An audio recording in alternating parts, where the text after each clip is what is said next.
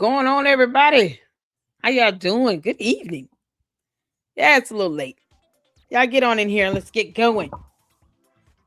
I do have to get up early in the morning. Thank y'all so much for tuning in. Welcome into the LLC. We got some things we got to look at, check out, and go over. Some more tax forms to go over. Candace, I told you, Heifer. I was going to go over that so-called, what it was, this Olympic Media LLC tax document. Yeah, I got it. It's an LLC. It's a nonprofit, so it's on ProPublica.org website. And this is going to be fun. Y'all, we have some stuff lined up for you guys for this show. I'm excited. How y'all doing? What's going on? Shout out to all the members, to my mods. I have the best mods on YouTube. And I bless God for it. I appreciate my mods. They hold it down in the chat. It doesn't get any better than this. I have so many emails I have to read. I think I got a couple in so far, and I have not been able to check my email today. So you guys, please bear with me and give me till tomorrow to go through my emails and stuff and respond to you all, because I want to be able to do that and look at some of the information you guys are sending me, links and all these things. So I want to be able to do that right. But I more than likely after the live stream tonight, I'm going straight to bed because I have to get up in the morning. I still have a regular job, and I'm still waiting on Israeli Prime Minister to send me $7,000. It's not a threat for me to get a check for $7,000. That does not threaten me at all. My feelings will not be hurt if somebody gave me $7,000. Taboo. Shout out to all of you all. So give me some time to go through my emails and stuff and get that squared away. In the meantime, we have a couple videos to check out. There's a video that was posted up from this young man that, you know, as if Candace ever told the truth about these planes. This heifer went out and had a 4.5 hour conversation with Eric Kirk today. I hope somebody recorded that conversation. You know, please just signal Erica that you recorded it. No one has to trust Candace at anything. You know this heifer lies like hell. Candace, you lie like hell is hot, girl. I hope Erica recorded. It's a one-party consent state in Arizona. No one owes her any permission or anything. They can just do it. You can't make this up. So hopefully whatever comes out of this, like if Erica beats Candace to putting out a video of what occurred in that meeting, even better. But if Candace goes first, who knows? Because, you know, she got a cult. They already believe everything she says. Just like with these planes. Candace, you didn't have any intel on these planes. You wouldn't even go over the black box data for these planes. How many times did I question whether or not these planes even real? I even asked for photos of these planes. Video footage of them taking off a landing. Something. This hairy person, when he gonna come forward? You know, her cult members and bots said that this hairy person was gonna come out into the limelight. Candace, we're waiting. All this stuff she's been saying for 3.5, 4 months. You're supposed to just dissipate in the wind because she had one conversation. She had a 4.5 hour conversation with Erica Kirk to combat 3.5, almost 4 months of bullshit she's been putting out. Make that make sense. You would think this conversation would happen over 3 or 4 days. Erica, I hope you recorded that damn conversation, girl. If not, you're going to have a heck of a time getting people to believe half of what was said in there, because Candace already got cult members. She could say the sky is purple like Barney the dinosaur that she doesn't believe in. And then they're going to say, oh, yes, I do see Barney in the clouds. I love you. And then next thing you know, they'll be singing the Barney songs, looking up in the sky, waiting for it to fall. Like, that's how gullible they are. So Erica has to get ahead of it. She needs to be the first one to drop something to say, here's what we discussed, and here's evidence. She came to us with these colorful charts and graphs of flags from different countries. Still confused about Africa being a continent. Like, she's gonna have to like get ahead of it if she wants to really put forth what really occurred in this meeting. Because otherwise, Candace's imagination is gonna run wild as it always does because she's an alien. We're still waiting on her imaginary friend Harry Meyer to come to life. And I'm nervous about that. Candace, when you claim to be an alien, I don't want any of your imaginary friends to manifest themselves. Keep them jokers to yourself. Whoever this Harry Meyer is, just keep them inside. You can't make this up. I'm on one tonight, y'all. I am on one tonight. Yeah, lady look going in already. Yeah, I am. Can't make this up. All right, what's going on, Francisco? How you doing, honey? Shout out to everybody in the UK, Australia, sending our love and prayers over there. There was a horrible event that occurred. People lost their lives. No one has the right to take a life, period, for any reason.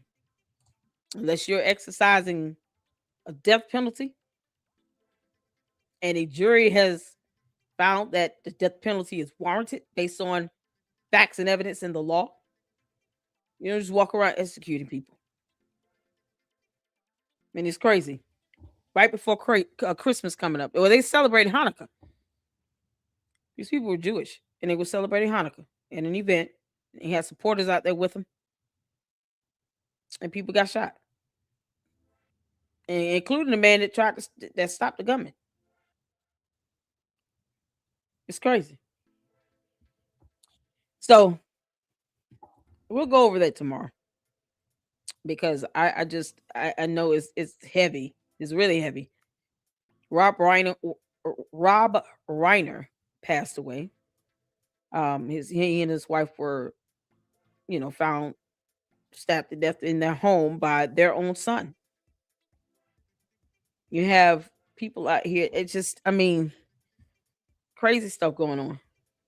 And I don't like the comments that are being said about Rob Reiner's death just as much as I didn't like the comments being made about Charlie Kirk's death. I don't care what political stance you take. When you stand before God on Judgment Day, He will not be asking you if you voted Democrat or Republican. God does not care about our politics. The only time you even hear Jesus talk about a politic when He was asked about taxes. And He said, give to Caesar what belongs to Caesar. Give to God what belongs to God. And leave me out the rest. I'm adding that on. We don't care about that. We care about that. We care about, the Republicans, the Democrats on this, and the Republicans on that. We mere mortals care about that stuff. Republicans and Democrats are not paying my bills. My employer does. God does, above all. That's not the key to heaven. God will judge your soul, not your voting record. These are the things we have to remember when you're talking about a loss of life. So nobody should be celebrating the death of Rob Reiner. It's like no one should be celebrating the death of Charlie Kirk. Now, I want to be clear on that. So to the Maz, if you see that crap in my chat, boot them out. I try to just envision what these people were like when they were babies. And it helps you to keep some level of humanity. If that's what you have to take or visualize in your mind just to maintain humanity, then do that. But turning it to something political is gross. It's gross either way. I don't care. And it's the beauty of me being apolitical. I can say what I want. I don't really care who like it. But it's the truth. When it comes down to it, our soul salvation will matter the most to God. He's not going to ask us, who you voted for in 2006, 2001. He didn't care. So I appreciate that. Thank you so much. I had to get that out. So, our condolences and prayers to, people that lost their lives in Australia, to Rob Reiner, his wife. There was another opera singer I can't think of his name. His son took his life. He was an African American opera singer, and his son took his life. So that's two famous individuals so far within the last week that have lost their lives at the hands of their own children. It's crazy. Right before the holidays, where we should be spending time with our family and enjoying the holiday and enjoying life and the simple things in life. Two people so far that have made the news whose lives were taken at the hands of their own children, their own sons at that. The opera singer lost his life to his son, and Rob Reiner lost his life to his son. I mean, it's crazy. Plus his wife. Ugh, can't make this up. So everybody, hope everybody's doing well. You guys stay safe. Look out for your neighbors. Look out for your family, your friends, your colleagues. Look out for people. Look out for yourselves. Protect yourselves. Make sure you get in the car and hurry up and lock the door. People start looking suspicious and weird around you as you go out to these events. Enjoy the holiday season. Just stay cautious and vigilant and use wisdom. In all things, use wisdom. Amen. So let's get to it. We get some comments in. Thank you all so much for tuning in. Hit the like button as you come in. Hit that like button. Shout out to the S Files. Wow, that was a perfect time, and my other live just ended. Oh, okay, cool things. See, and then plus I still have a regular job after work, so I'm glad you guys are able to tune in. Thank you so much for that. Let's see. I'm gonna pull up. We're gonna get to this video because I just it came up in my feed, and I was like, yes, somebody's finally touching on this. Because planes and all. Oh, this background is hideous. What is going on with my background? Yeah, I'm over here playing around with the backgrounds. There we go. Yeah, that background was hideous. So here we go.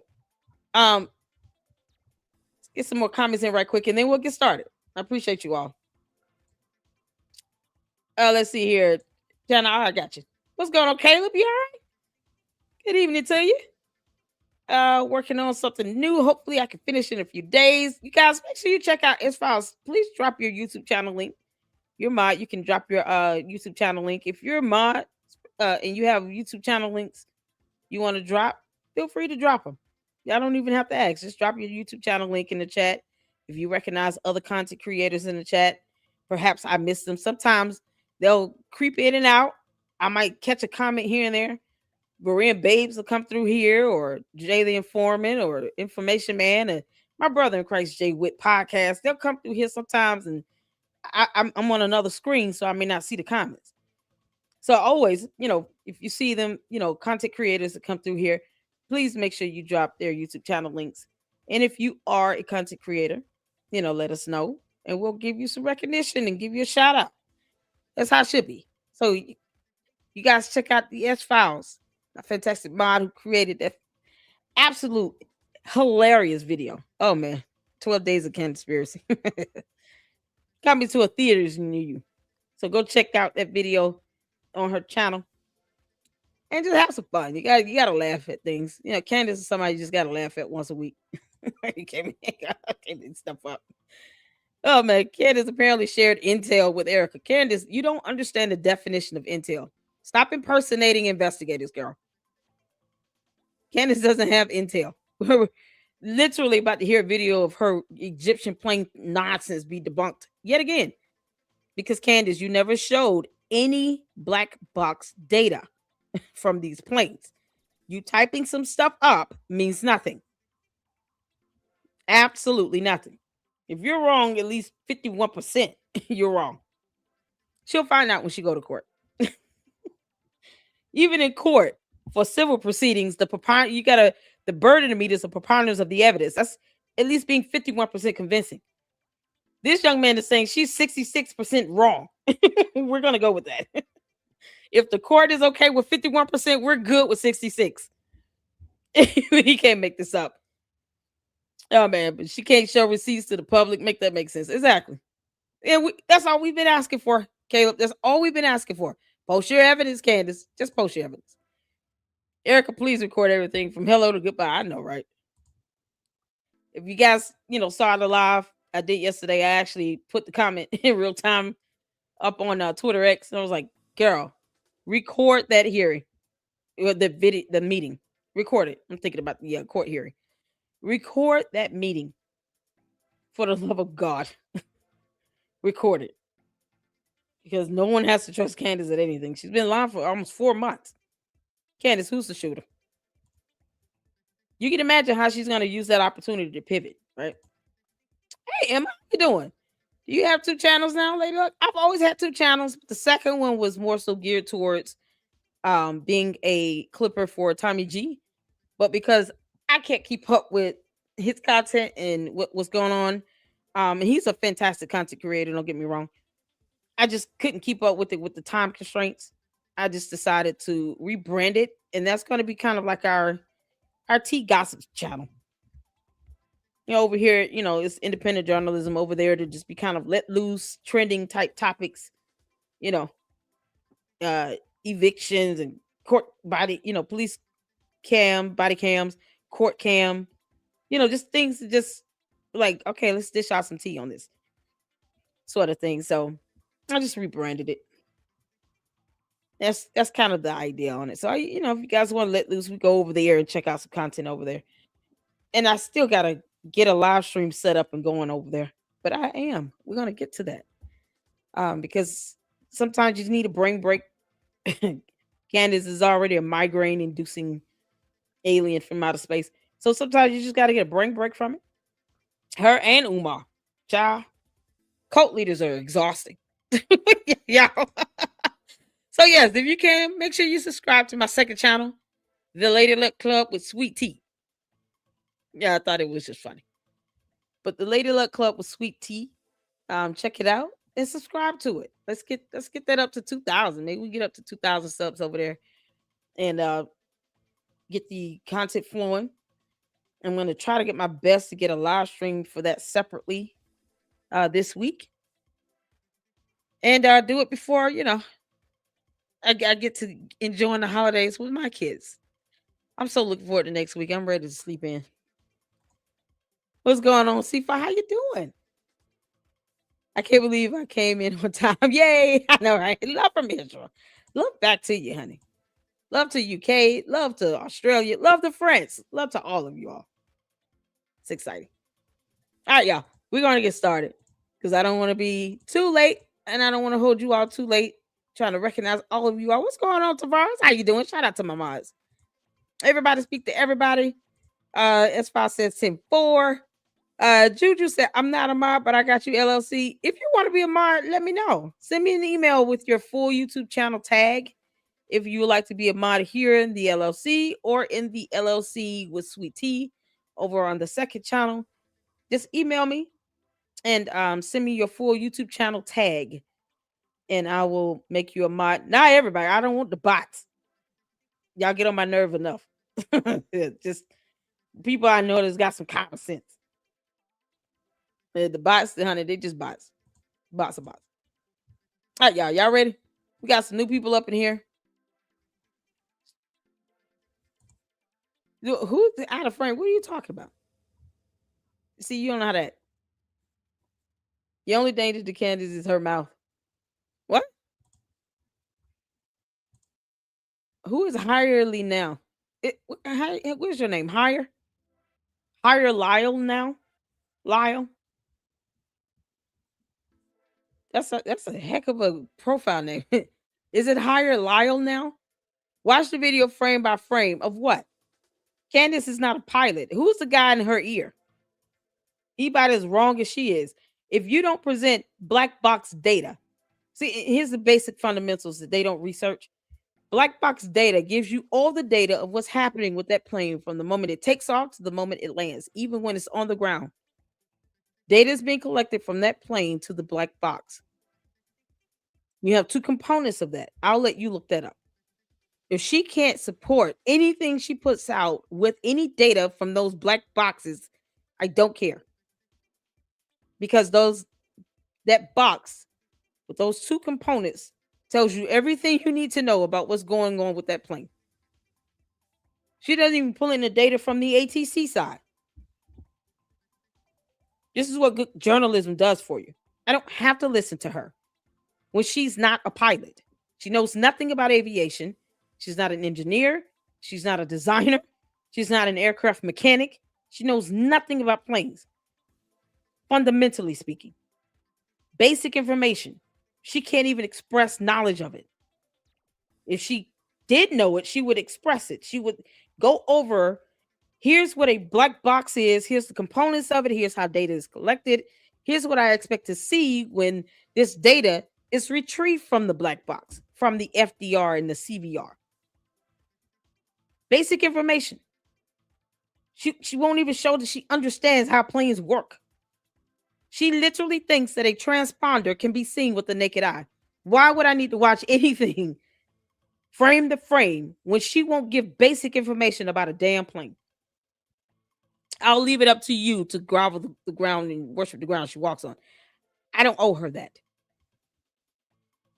Candy asses in the bots know I don't give a damn what they think and how they feel. They know that. They come back for the banter. Yeah, I can get rocks. But they think that's how they are. It'd be all right. Journalist is documenting the campus remodel on YouTube. Candace can go out there. What's going on, Truth? How you doing? Candace can go out there. I'm waiting on her to go out there. Why can't she go out there and record? She could go out there and live stream.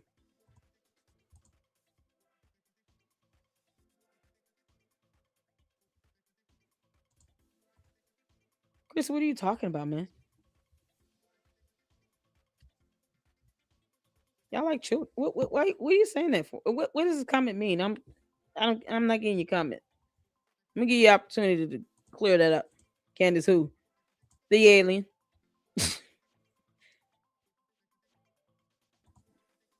Candace, the alien from outer space. Let's get to it, y'all. We're gonna go ahead. Okay, this is coming from. We're gonna check out this video. This is from Kinokoa. This video is everywhere, but they have the best actual video. Where this guy is explaining the information straight out. Artie's trolls cover this as well, but this is just the video without commentary. So this is the clip. We're gonna go over this, and then shout out to Artie's troll. He goes over it as well on his channel. But you know, like I said, if fundamentally you're not given the basic information about planes, then I don't care what you put up and call plot points. It means nothing if we can't authenticate that information came from the plane itself, particularly from the FDR in the black box. If you can't verify that, then Candace is not a pilot. She did not go to aviation school. She barely finished college. So I have no reason to trust anything she says about something she's not an expert in, because that is how that works. So at any time, even if you're researching, you don't fully understand, you know, when it comes down to topics like aviation or the law, I go to the experts. Captain Steve is an actual pilot who's been a pilot for over 20 years. He also has a YouTube channel, and he gives fantastic analysis and breakdowns on planes and how they function and operate, especially when there's a crash investigation. So if you guys want to check out Captain Steve, I'm not even telling you to come to me for this because I'm not an expert in planes, but I at least research and read basic information about a plane. I even Google where the transponder is and if it can be seen by the naked eye in real time. You can't see that with the naked eye outside the plane. So no one should be saying in an email that Candace made up that that the transponder was cut off and could not actually support that with the data from the plane itself. That data can either be retrieved from the plane's black box, from the FDR, or the ATC, the air traffic control. This is basic information that can be Googled. No one has to believe me on it. Google it. Research it. The information is there. So me trusting Candace at anything or looking at her stuff and ignoring facts about a basic plane is absolutely ridiculous. I'm not doing that.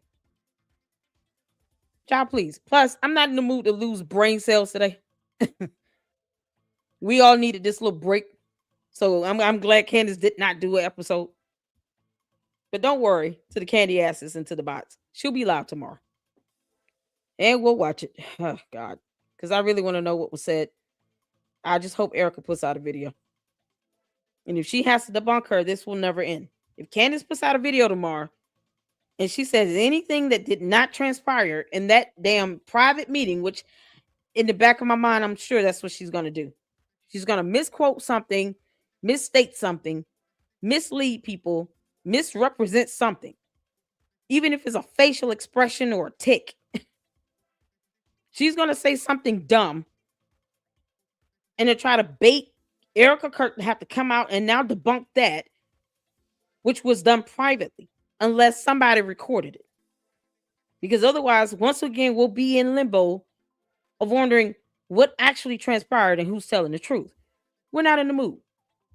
So I really hope Candace gets her ass in front of a camera tomorrow, that she doesn't sit here and fabricate or elaborate on anything that's not accurate and truthful. And if anything is said or done that is not accurate, prayerfully, Erica Kirk just hits play on a video and says, I recorded the whole thing. Game on. And that's it. And then that'll end it once and for all. Because we can't do this back and forth. Candace keep trying to bait people for content, as opposed to her just being a journalist and researching information on something that people would find useful and informative. She won't do that because she's bad at this. Candace, you are bad at this. She went out there though and had that meeting in private. You can't make this up. 4 months of her being on camera, lying like hell. And when she asked questions face to face to Erica Kirk, it's in private. And she didn't live stream or record it. Why? Like, that doesn't make sense to me. I wish Erica wouldn't agree to that, but it is what it is. All right, so let me drop the link to this video in the chat, and you guys can check out the this channel if you want, where this video is. I just so happen to see this on this channel because I wanted the full video, and then we're gonna get to it. So when you can hear and see, put a 1 in the chat. Let's go. On September 10th, 2025, Charlie Kirk was shot and killed at Utah Valley University. Police say they have the shooter. There is a confession, DNA, and a recovered weapon. His name is Tyler Robinson. His parents identified him from FBI photos and helped turn him in. But online, a very different story has taken hold. A story claiming this wasn't a lone gunman, but a coordinated multinational operation involving Egypt, Israel, France, the United States, federal agencies, TPUSA executives, Brigitte Macron, and even French legionnaires. And at the center of it all are 2 planes. Candace Owens has told millions of people that 2 Egyptian military aircraft, SU-BTT and SU-BND, tracked Erica Kirk's movements 73 times. Well, I'm curious on this. To the commenter here, where's any evidence that Erica asked for that meeting?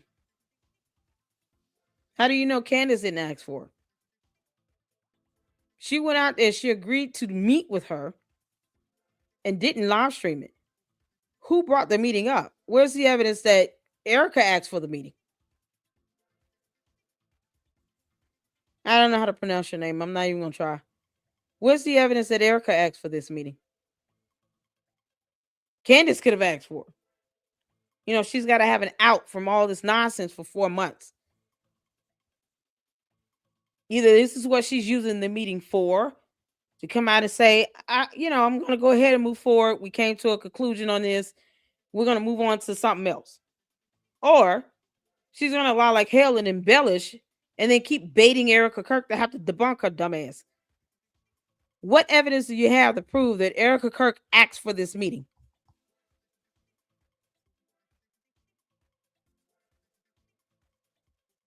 Well, because you're telling me Erica wanted that. Erica said we're having a meeting. How do you know Candace didn't reach out to her for the 1-on-1? Based on your comment. So what exactly am I lying about?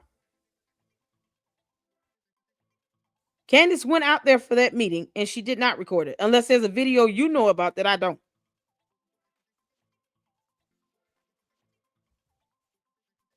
Don't make it seem as if Erica asked her and begged her to have this meeting. We don't know who actually went to who first and approached who for a meeting.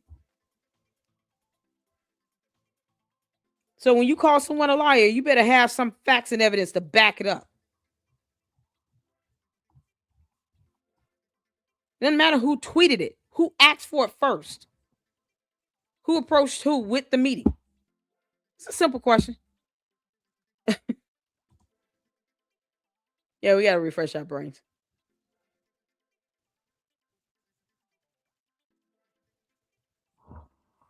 That's it. Who asked for the meeting? Can't make this up. While Candace walking around here talking about I hate everyone. So funny to me. Over 3 years. Between 2022 and September of 2025, both of those aircrafts, SU-BTT, the yellow plane, and SU-BND, the blue plane, showed 68 overlaps with Erica's documented locations, okay? 68 overlaps. I have since been able to add now 73 times that this overlapped, okay? 73 or 68. 29 of those instances also happened to include Charlie. I am telling you this information has been completely verified. I am showing you this on a spreadsheet now. These are all verified. the instances. How was it verified? I'm curious. Where's the black box data? Where's the FDR data? She's saying it's being verified. This is something she typed up. The only way to verify and corroborate this is if you have the data directly from the FDR from that black box, or you getting the data from the ATC end. That was transponded, the transponder that relays that information to the ATC. The FDR, the flight data recorder, is going to tell you this information. Coordinates, where it landed, where it took off, is going to tell you that. She's not even showing us that data to corroborate anything she's just said. And she's not an air pilot. Remember that. She didn't study anything about aviation. But I don't see any data here from the FDR itself. Because if you know what that looks like, you will know that this is not it.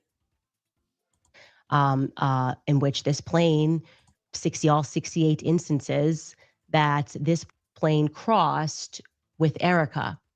He says the odds of this happening randomly are less than a 0.000000001% probability. Okay, under random distribution models, that these Egyptian planes coincidentally landed around Erica at these times.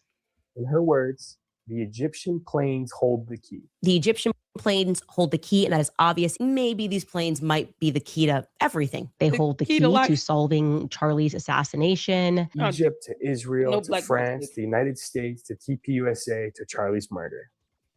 This entire web rests on one claim, that these two Egyptian planes tracked Erica Kirk 73 times. To support it, Candace said she used Flight Radar 24 and showed a spreadsheet on her screen. I screenshotted that spreadsheet and rebuilt it line by line. She says she verified everything using Flight Radar 24. So I did exactly what she claimed she did. I bought the Flight Radar 24 business subscription, the same one she says she used. Then I went further. I purchased a $950 3-year flight log from FlightAware to independently verify every entry. When you compare what the planes are actually doing to what Candace claims they did, the results aren't close. 66% of her location claims are wrong.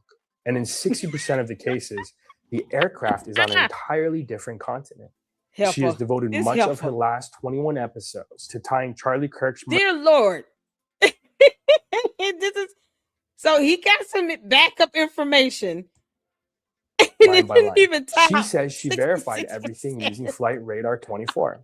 So I did exactly what she claimed she did. Candace, you suck. I bought the Flight Radar 24 business subscription, the same one she says she used. Then I went further. I purchased a $950 3-year flight log from FlightAware to independently verify every entry.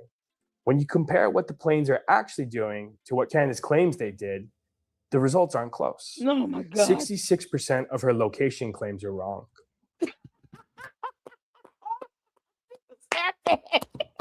Y'all let the candy asses and the bots have at it. They got a lot of pent up aggression. They're bigly mad.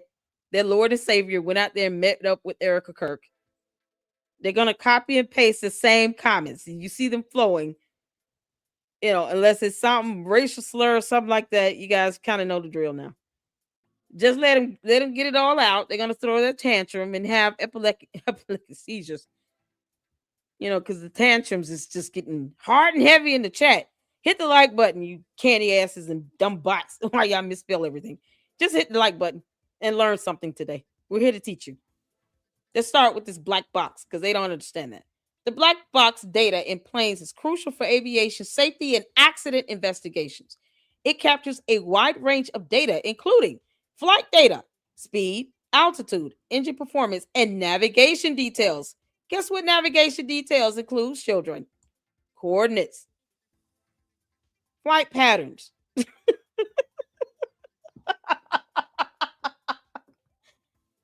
Candace is not going to teach the cult members any information because it would just, you know, it has to prove she has a brain.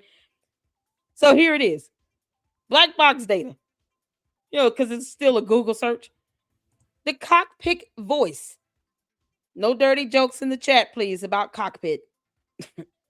Or, you know, George. Conversations and sounds from the cockpit, providing insights into actions and decisions made during the flight. Yeah. Emergency locator. Equipped with an emergency locator to help quickly locate the black box in the case of a crash.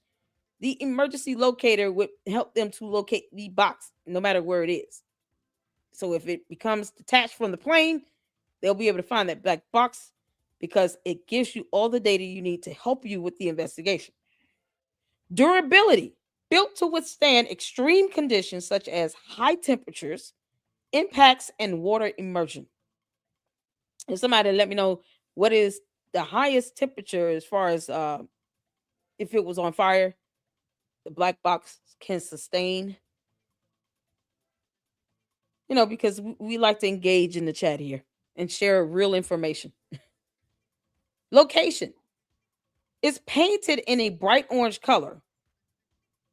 So when I say black box, it's not actually black. I'm calling it what it is referred to as. As you can see here, like so. It's referred to as the black box data. But it's orange. It's bright orange to facilitate its location in the event of an accident. These data points are essential for understanding the sequence of events leading up to an accident and can help prevent future incidents. The black box is a testament to the advancements in aviation technology and safety measures. Because black boxes, something Candace won't even bring up. And you guys can see here, there's videos out here to show you how they work, how the actual data looks once you pull it from, it looks like, you know, old school film tape type of thing. But you pull it out, you run it through the system, and the data you see here, this is how it looks on the inside. It has this, you know, the black tape, the black film that records. When you pull that data and it shows up in the software program that you're using, there's specific components you should look for to make sure you're looking at the right type of data, the right information that's coming from the black box. Why couldn't Candace just pull that up? If she's claiming information she has contains to plot points or coordinates for that plane, it should be based on the flight data. Because that is how it works. Can't make this up. 66% of her location claims are wrong because, of course, they are. Candace, And in you help her. 60% of the cases, the aircraft is on an entirely different continent. She has devoted much of her last 21 episodes to tying Charlie Kirk's murder to an international conspiracy centered on these two aircraft. Egyptian planes, Egyptian military planes, Egyptian planes. Okay, in case you missed the point, Somebody asked, can you prove it didn't follow Erica Kirk? If the coordinates are not correct for that plane based on the data, that means that those coordinates are not real. You can't say that the plane were at these coordinates if it doesn't even show up on the actual flight data itself. That's a direct indication that those planes were not at those coordinates. And how would you know it followed Erica Kirk? Because then that would mean you have to know wherever she was. For all of those 73, she said one number 68 and then another number 73. That means you would have to know and have evidence that Erica Kirk was at every single coordinate. All 73 of them. Let's just say it's 73. Candace can't pick a number. You would have to prove Erica Kirk was also at those coordinates. It's 73 of them. When did Candace put out any information to show here are all 73 points, all 73 coordinates, and here is video footage or photos of Erica Kirk at these same coordinates at the same time this plane was flying over her at that same coordinate? Because this is how common sense works. Logic and common sense. In all things, use wisdom. Once you gain the knowledge of the basics of flight data and you understand how coordinates work, you're saying that this is a place on Earth in this reality where this plane was, and here's the evidence that Erica Kirk was at the same coordinates at the same time. Where has she proven that Erica Kirk was at those same coordinates? 73 coordinates. Where did she prove that? You would have to have followed, basically cyber stalked Erica Kirk in 73 different locations. And let's not even say different, because what if some of the coordinates were repetitive? Even though it would just count as 1 point. But 73 different locations that the data does not even prove that this plane was at. That means some of the coordinates aren't real. But now you have to prove Erica Kirk was at those same 73 coordinates. We have a way to pinpoint where you are based on coordinates between phones, the plane, transponders, radar systems, satellite information. Like, there's a way to pinpoint this stuff. Plus, you can't go anywhere, I guess, on Earth now except the desert and maybe Amazon without a camera on you. So you're going to get captured in a camera somewhere. Even if you just go to the ATM, you're going to get picked up at a camera, on a camera. Your cell phone pings to cell phone towers. You know, because radar pings to cell phone towers. You have investigators that solve murders because they're able to pinpoint where this person was at a specific time frame, at a specific location, based upon their cell phone pinging to a specific tower that provides you with, here it is, coordinates. So if you have coordinates to prove this plane was at these 73 different locations, now you have to prove that Erica Kirk was at these 73 different locations. Any questions from the crowd? Because that's logic and common sense. Someone put up what coordinates are. I'm trying to pull up that comment. Degree, minutes, seconds. There you go, JH. There you go. Right here, y'all. This is imperative. This is how coordinates is labeled.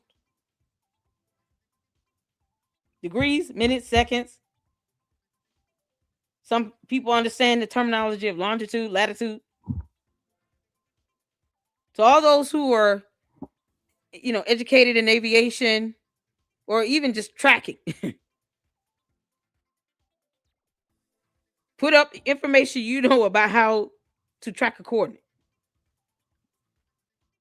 Erica Kirk would not have been able to go anywhere if she had a cell phone in her hand that was on and on her person without that cell phone pinging to some tower, recording a location by coordinates.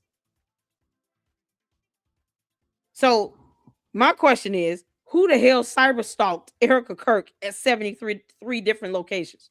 Because if the mommy sleuths are out here doing this, while they're impersonating investigators, that is illegal. Why would you want to know where she was in 73 different locations in the first place? Does she not have the right to live and exist in peace? Seriously. No one has to say she was on the plane. But Candace has not proven she was at those coordinates either. She would have to prove Erica Kirk was there. We don't care about a plane that did not actually deliver firepower to Charlie Kirk. Those planes are irrelevant. It was a distraction. We don't care about the planes. So the idea that they're following her would mean that a plane is stalking her. And for no other reason. You can't make this up. So prove that Erica Kirk was at those same coordinates. And I want photos, videos, or any coordinates coming from her cell phone to a tower to support that theory. Because I don't do theories, I do evidence. Shout out to JH giving us a way to record coordinates, because that's imperative. Need to know that. See, this is why the candy asses come over here. They learn something. Whether they retain this is the whole Egyptian planes, Egyptian military planes, Egyptian military. All right, let's go back a little bit. So I did exactly what she claimed she did. I bought the Flight Radar 24 business subscription, the same one she says she used. Then I went further. I purchased a $950 3-year flight log from FlightAware to independently verify every entry. When you compare what the planes are actually doing to what Candace claims they did, the results aren't close. 66% of her location claims are wrong. And in 60% of the cases, the aircraft is on an entirely different continent. Yeah. She has devoted much of her last 21 episodes to tying Charlie Kirk's... Did I hear that? They were on an entirely different continent because coordinates. Flight data is not lying. Candace is. Tell her to, let us know when this Harry Meyer is going to become a real boy. Candace, we don't care how many personalities you have in your head. Stop trying to manifest these people to be real when they don't exist. Only in her mind, she's going to have a damn psyche valve ordered. I just can't stress this enough. Of her location claims are wrong. And in 60% of the cases, the aircraft is on an entirely different continent. She has devoted much of her last 21 episodes to tying Charlie Kirk's murder to an international conspiracy centered on these two aircraft. Egyptian planes, Egyptian military planes, Egyptian planes, Egyptian planes, Egyptian planes, Egyptian planes, Egyptian military planes, Egyptian planes, Egyptian military plane, Egyptian planes, Egyptian plane, Egyptian planes, Egyptian planes, Egyptian military planes, Egyptian planes. Candace claimed a source contacted her DIA hotline, alleging Egyptian passengers were escorted off one of the planes in Wilmington, Delaware by federal agents into a building housing the FBI, DOJ, DHS, and Secret Service. She presented this as evidence of U.S. government collusion. I think we just want to know what he did wrong, okay? Because that... Oh, girl. You would think, even if these agencies are in that building, along with her attorney's, law firm, that still it would not prove someone is being followed when you can't tell us where that person was. You can't tell us the exact locations of where the actual person allegedly being followed was at the same time. Here in this reality on Earth, you would have to exist in the same reality, in the same time frame, at the same coordinates with that plane. It will have to line up to the exact coordinate, down to the exact second. This is so crazy. And yet, to the candy asses, when are you guys going to start asking her questions again? And not ask us? You know, like Megan Kelly said, I'm not the mommy of the internet. Oh, Megan Kelly, you have no spine, That girl. email, that checks out.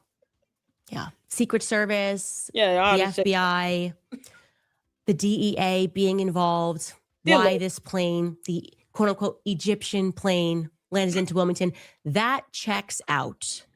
She publicly But no one asked, what are the coordinates of this photo? Where did this photo come from? Let's start with the question of where did the photo come from? Candace, if we pull that photo up and it ends up being a stock photo image, I'm going to clown the hell out of you, girl. If that photo is just a general generic stock photo image she pulled from Google Images, I'm going to clown the mess out of her. You're not going to have a photo of a military aircraft in the air that looks like that. And that photo itself does not give you any details.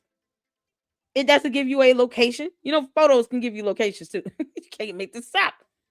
And yet she couldn't tell us where Erica Kirk was at the same time. questioned Cash Patel, Oh, it was in another Tulsi country. Gabbard, and Joe Kent, suggesting they knew about this conspiracy and were covering it up.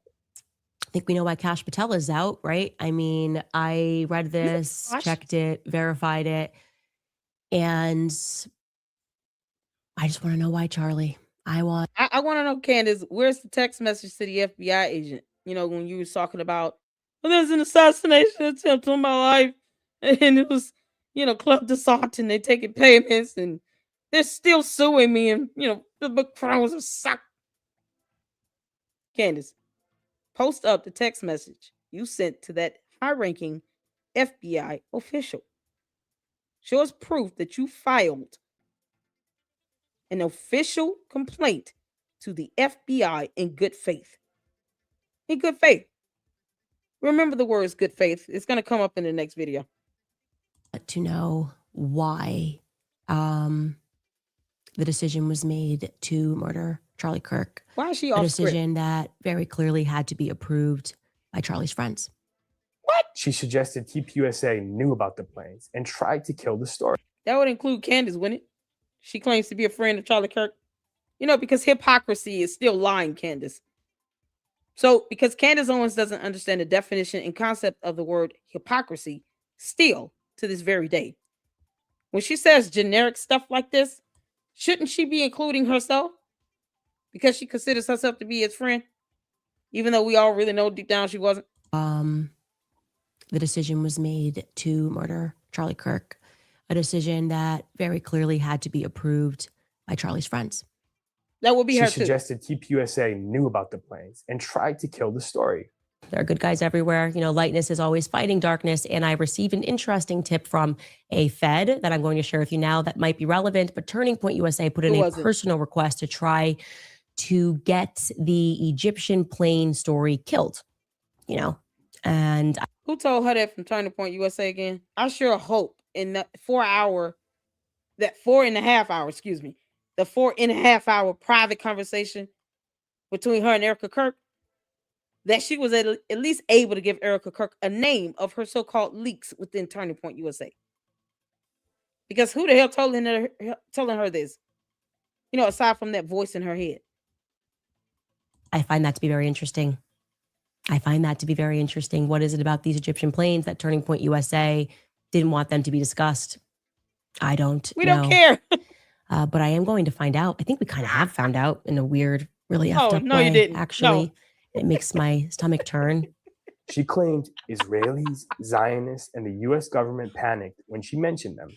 I can tell you that right now in government, there is real panic. There is real discussion happening regarding the Egyptian planes. It is 1000% legit, and it caused a lot of panic. And we're getting a lot of phone calls now from people telling us it has caused panic. And that Israel censored her TikTok videos about the planes. Speaking of the unique relationship between Egypt and Israel, TikTok is hitting us for videos talking about the Egyptian planes. That's very strange. Israel's moderator served in the IDF, we know, and Bibi wants TikTok secured for Israel's future. Who cares about, listen, Candace just throws out words and tries to conform them into a statement. Like so. Chicken, George, Playboy, Boys Club, Plain, Red, Barney, Bones. All of these things matter. What the hell does any of this have to do with anything? Candace, tell us who the shooter is, because you were supposed to be looking for that person. We're no closer to knowing a name of this shooter from Candace Owens. We're nowhere near that. She keeps asking the same dumb question over and over again. And she was the one that was supposed to be giving us the answers to that question. You know, impersonating an investigator and all. She was supposed to be telling us who the shooter is. And yet her cult refuses to ask her questions because this, cowards. Why do they care about Egyptian planes that were there? It's kind of coming together. There's a picture here that's coming together. She linked the planes to France through Satis, a French aerospace company operating in Wilmington. Now I consider Satis, which according to our source, our well-placed source, is a front, right? Suddenly this French company comes in and leases a hangar for only 2 years, okay? And immediately this becomes a location where our Egyptian military plane is going to land in Wilmington, Delaware. I don't think we can reasonably ignore that odd French. No, we can, because you're not showing us a copy of that lease. Candace, show us the lease agreement.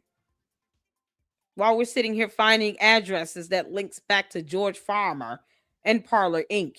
from a consultant firm you paid a bunch of stupid money to under BLEXIT. You see how I can make that connection? Candace has the inability to do that because it doesn't connect. And she's not showing us documentation. I at least pull up the tax forms.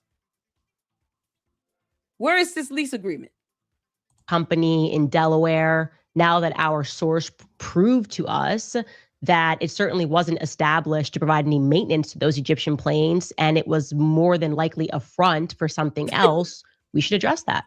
Because I know that many of you guys were wondering whether or not Charlie's assassination was meant to distract us from the Brigitte Macron investigation. And rightfully so. That is a fair question. Where was Brigitte Macron on the dates that Egyptian plane was from 9/4 through to 9/11?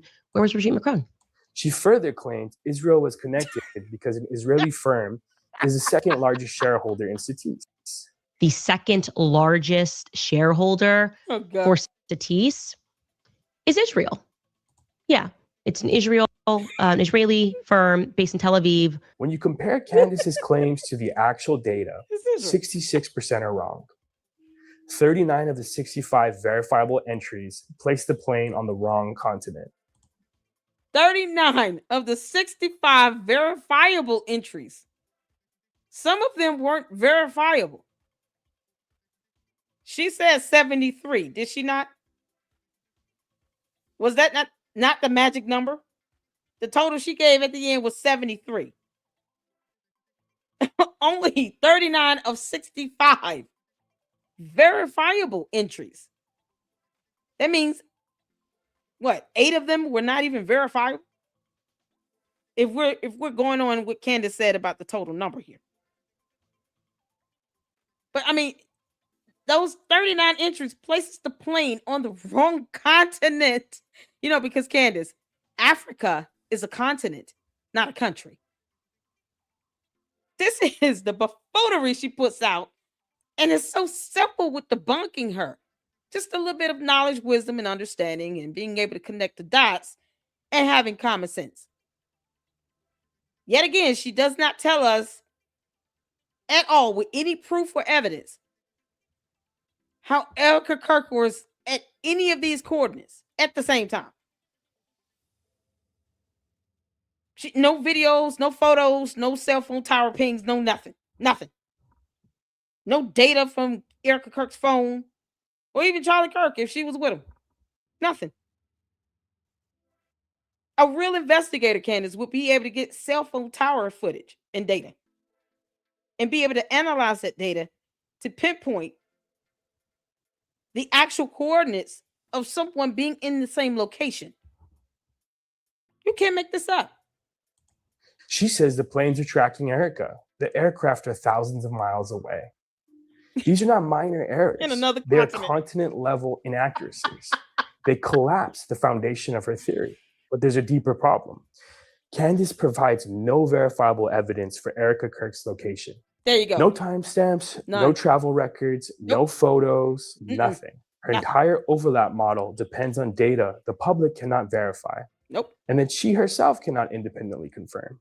If her flight data is wrong 66% of the time, the real error rate for the supposed overlaps, once you account for Erica's unverified locations, is likely above 90%. Yep. Which means the overlaps aren't real. And without them, the conspiracy collapses.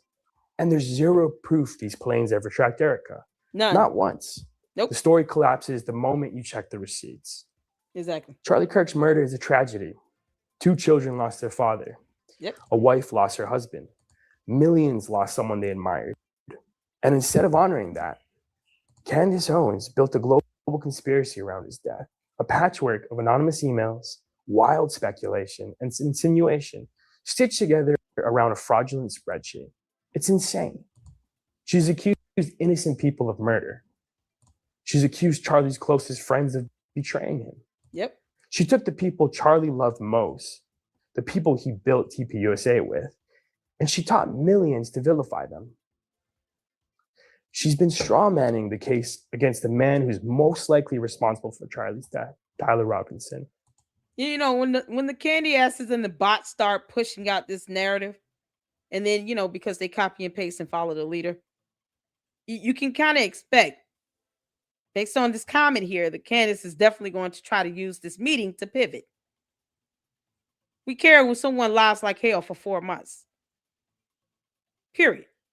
Especially when those lies have led to more death threats against innocent people who did nothing wrong, and Candace cannot ever prove that they were involved in any crime. It is defamatory as well. It's absolutely malicious, especially when she doubles down. So don't cry and pout when she gets hit with a lawsuit. She can take it like a champion. She's already got one from the Macrons. You know, they're showing us all how it's done. To say that it doesn't matter after 4 months of her lying stupidly, not even providing base knowledge and information on IRS tax deadlines, or what an endowment is, or a transponder inside of a plane, or flight data for a plane. Basic stuff. She won't even give you guys the basic information, the building blocks, to even try to prove a point. Once again, it matters when you're lying, and it leads to people getting death threats and kidnapping threats. And this is why I ask, because I have the right to ask questions, and candy asses and bots don't run shit over here. They already know that. They come at their own peril in my chat. We're going to ask questions.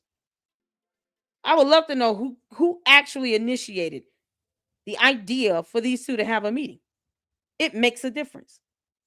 Because if Candace initiated this, if she reached out to Erica and said, I want to have this meeting with you. All right. I want to sit down and have a talk. Because she knows she's got to pivot at some point. And you're confirming that with this comment. She's pivoting. We get to make that assumption as well. You know, because her cult members in the box are starting to spread this nonsense. This is what they're going on now. Oh, who cares? I've seen that comment 4 times. It's like copy and paste over and over and over again. So this is what they're trying to spread. This is what they're trying to get people to believe and understand. Now, there's a level of accountability that she's going to have, because you had people catching death threats and kidnapping threats. The 2 children, to which these candy ass cult members in the box could care less about, are sitting here having to get extra security because sick, evil, sadistic idiots are sending kidnapping threats against the children. Candace doesn't have to worry about that. Period. She went to Dollywood with no protection. Little to no protection. And we don't even care where she goes. But if you're going to sit here and say someone's trying to assassinate me, would you try to actually make moves as if that's legitimate? She won't even tell us, show us the text message you sent to the FBI, Candace. So all of those theories just go away with a 4.5 hour conversation that, hell, we don't even know if it was recorded. No, it doesn't just go away. That's not how this works. When you're sitting here lying on people that have caught death threats, and 2 men are in jail right now, and she hasn't even denounced those actions. This is insane. No, no one's going to make it that easy.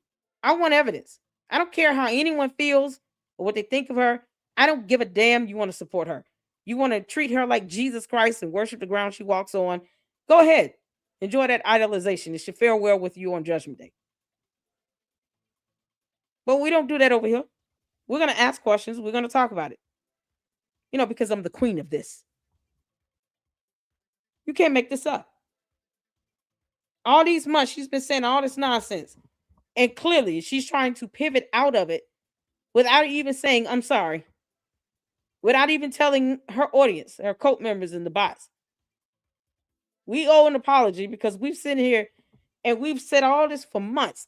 And somehow no one should be expected to just, get off of it. She didn't want people to shut her up. So why should anyone else, when it comes to questioning all this BS she put out here? We're going to keep asking questions. Period. You don't like it? Bye. Bye-bye. God bless your heart and all your parts. While she also steelmans her international assassination plot, that just happens to circle back to the same obsession she had long before Charlie was murdered. And when you look at the real data, the timestamps, the logs, the flights themselves, her entire story evaporates. As Candace would say, it's so fake and gay. The overlaps aren't real. The conspiracy isn't real. The only real thing is the damage Candace has done to the people Charlie loved most. So we were waiting for turning point. So that was fantastic. And then hopefully you guys learned about, to the ones who didn't, because the Luxters, we read here. Reading is fundamental. But for those who didn't understand the concept of the black box data, what it does, now you can see tangibly with your own eyes information to help you understand how planes work. Because Candace does not know how planes work. You can always Google transponders. Gain some knowledge. Be willing to gain knowledge. You don't have to listen to me. Google it. I'm not trying to convince. I'm not here to do that. I'm not here to change anyone's minds about Candace Owens. I don't care if you want to worship the ground she walks on. But I do care if you can't produce evidence to support all this crap that's coming out of her mouth. She can't even tell us and confirm if Erica Kirk was at any of those points. 39 of them links back to this plane being in another continent. In a separate continent to the candy gases. How many continents are on Earth? I'm just curious if you all know that. This is, God, you can't make this up. This is Jesus Enrique Rosas. And he is a, body language expert of some sort. I watch a few of his videos. He's actually tried to be very, very fair and impartial. There are times where he actually gives Candace Owens credit and says that, there's certain things she's right about when she's right. And then there's some things that she's flat out wrong about. And it should be called out. No one is going to sit here and give adulation and praise to someone, and then you can't give criticism. The bots are throwing tantrums, and Candy asks, let them have like tantrums. They know I'm not stunned at. But this is someone who has done several videos on, not just Candace Owens, but also on Erica Kirk, on Brian Harple, on other interviews from people within Turning Point USA, or I guess on Charlie Kirk's show, YouTube channel. And he was fair. He was fair. So I haven't seen all of them. But I've seen a good bit amount of his videos to be able to say if he's being impartial at the very least and just using basic common sense, I can trust that insight. I don't know if he is certified or licensed in psychology or just, behavioral analysis. I don't know. I'm not even gonna lie. And I'm not even gonna look it up because what he said in this video was spot on. Like I said, he's fair. He gives Candace credit about text messages being confirmed, but when she sends other text messages out, we can't even get a date and time stamp. So, but he tries to be fair, right? But he expresses exactly who he supports too, because it's his prerogative. People can support who they want to support. My goal is not to try to change the mind of anyone, whether you agree with me or disagree with me. I don't care about that. I care about the evidence. That's it. Where's Eric at? Tell us the name of this Swiss bank boy. Can't make this up. So make sure you guys check him out. It's the body language guy. And I'll drop the video link. And yes, he does have a lot of candy ass bots and cult members in his chat because he does try to keep it fair and balanced with his analysis. And he also, does the same analysis on other people. So he has a ton of videos on his channel, just like I do on mine, but whatever. They won't even pull up the channel and look at the playlist. But he has, a variation. So there's a whole lot to enjoy. Make sure you check him out. Shout out to the body language guy. Let's get to it. Put one in the chat where you can see and hear. Let's go. So we were waiting for Turning Point to broadcast their debunking of all of Candace Owens' conspiracy theory claims today when Erica Kirk posted this at the last minute. Candace Owens and I are meeting for a private in-person discussion on Monday, December 15. Candace and I have agreed that public discussions, live streams, and tweets are on hold until after this meeting. I look forward to a productive conversation. Thank you. To what Candace Owens replied, I am very much looking forward to this discussion. So this was really unexpected. I can't deny that I have a bad feeling about this, but while we wait for the outcome, I want to mention, let's say, the outcome of my last couple of videos.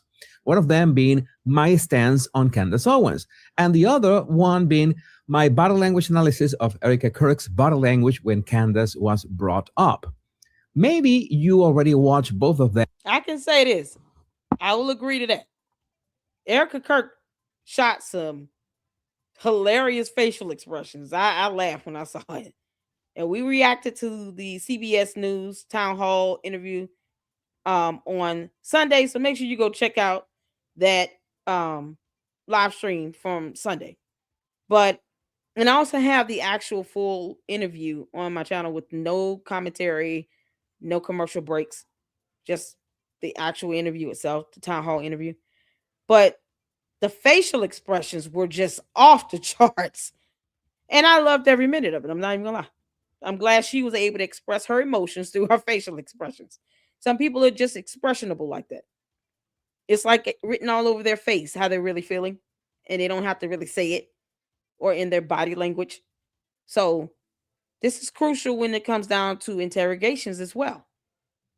These factors matter when you're trying to get information out of someone and determine if they're telling the truth or if they're lying. And I appreciate the way he puts this together and, presents his information here. So maybe you didn't, but right now I'm going to kind of spoil both of them. Let's start with my stance on Candace Owens. If I had to summarize that video in a single sentence, it would be that, in my opinion, most, if not all, that Candace Owens has done since Charlie Kirk was murdered was in bad faith. Yes. That part right there. It was in bad faith. Hence why I said, remember that when I said good faith. Candace acted in bad faith the entire time. And because it didn't have any rhyme or reason, and this information is being debunked with actual real evidence and information that can be Googled. So this is what I mean. Bad faith. Malice intent. And it's a definition of malice. You're acting in bad faith. There's some ill will. I still say Candace Owens is jealous of Erica Kirk. But the fact that she can't even be grateful for, Boys Club and her 4 kids, it speaks volumes. She doesn't even talk about her children like she talked about this whole thing with Charlie Kirk, with his assassination. About Turning Point. Even Erica. She never came out and said, listen, I don't need you all out here just attacking Erica Kirk on social media. If you're going to make statements, or even give your opinions on something, be respectful. She never once said that. She could have taken some level of accountability and kept her cult members in check. And she refused to do that. She doesn't care what they say or do. She's already said she hates everyone. So at the end of the day, why get shocked when we say that Candace was, and it still is, severely jealous of Erica Kirk? To the point where it's disturbing. She acted in bad faith. And I agree with him on this. Yes, everyone is allowed to ask questions, but her reckless tips have put innocent people in danger, such as the man in maroon shirts the day Charlie was killed. And it's obvious that she has some kind of personal rift with Erica. The glee that Candace displayed when Erica told her to stop the first time was unsettling. So again, in the first 30 seconds of that video, I wanted to be very clear that and tell Candace Owens fans that they were not going to like what I was going to say. And maybe they could save themselves in 25 minutes of video and just jump straight to unsubscribe. No hard feelings whatsoever. I thought that this was going to be a shitstorm of vitriol and mean comments. And I must say that I was wrong. I was pleasantly surprised that even if many people disliked the video, hundreds of people unsubscribed, there were mean comments and ad hominem attacks, but the majority of the comments were positive.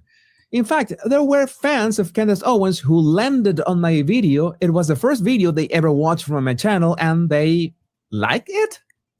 Well, that was unexpected.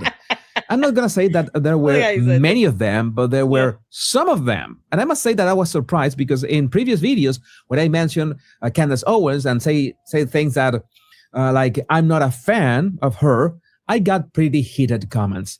But well, this turned out to be a positive experience. Whoever wanted to stay, stayed, and whoever wanted to leave, well, left. He made it clear, if you want to sit here and do all that nonsense, just unsub. I mean, can you blame him? Me personally, I've been on YouTube long enough to not give a damn about a cult member. At least what they think and how they feel. When they can't prove anything. Who cares? I don't care what they think and feel. They won't even get her to post up that FBI text message. I mean, simple stuff. So when they're not fact-checking her and demanding that she presents actual evidence that can be corroborated, in real time even, let them throw their tantrums. They know, and they understand when they come here to the Lady Luck Club. Many of them are still going to announce when they're leaving, and then they come back under a different profile name because, bots, they do what they do. But it doesn't stop me from still saying what I want to say, presenting any information or evidence, and then asking sensible, reasonable questions based on evidence and documentation. I don't theorize just out of midair. No, it's based on a set of facts and information. That's it. I'm not going to ask about when did the gun come into camera view out of nowhere. It came from the fact that I didn't read that clearly in the indictment. I've asked about that. So, some people are new, but I've asked about that several times when I went over the indictment myself. When did the gun come into camera view? Where's the camera footage showing him pulling out the gun on the roof? Doesn't mean that I don't believe he did it or didn't do it. I believe he did it. I believe there's sufficient evidence that will prove in a court of law beyond a reasonable doubt in corroboration with his testimony and his admittance to it. He admitted to killing Charlie Kirk.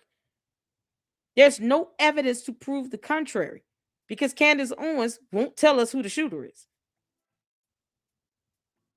So when it comes down to it, you either agree or you don't agree. At the very least, produce evidence. Eric, tell us the name of this Swiss bank. Can't make this up. That's how they are. You know, it's gonna happen like that. You're just gonna get the cult members. It's gonna come in and throw tantrums, and then they'll be in and out. They'll be fine. Then the next day, I decided to analyze Erica Kirk's reaction when she heard Candace Owens' name in a CBS program. And one thing that I really made sure in that analysis was to be completely unbiased and just describe body language, nothing else. Exactly. It was not until the last 30 seconds of the video that I said something along the lines that Erica Kirk's reaction is understandable if somebody is threatening Charlie's life project, which obviously implies that I support Erica Kirk. And for the sake of clarity, I want to make it really clear that I stand with Erica Kirk. Yeah. Oh. It's just refreshing to hear that again. There you go. It shouldn't be, any confusion in that. But I'm not here to change the minds of anyone that just worship Candace Owens either. I'm not here to stop you in your idolation. Have at it. Have fun. Don't force the rest of us to have to sit here and accept this BS she's saying. Don't force us to stop supporting Erica Kirk and to stop actually pursuing the truth in facts and documentation. Because they love to construe the definition of that word. Shout out to Truth is Life in the chat. Thank you. It doesn't mean that I don't think that her actions as current CEO of Turning Point shouldn't be scrutinized. Right. She should be professionally. In fact, I want to correct an omission in my Candace video that could be subject to misinterpretation. I said that the Turning Point dudes should be subject to scrutiny as any other organization. I should have been more clear and said that Erica obviously should be subject to that professional scrutiny as well.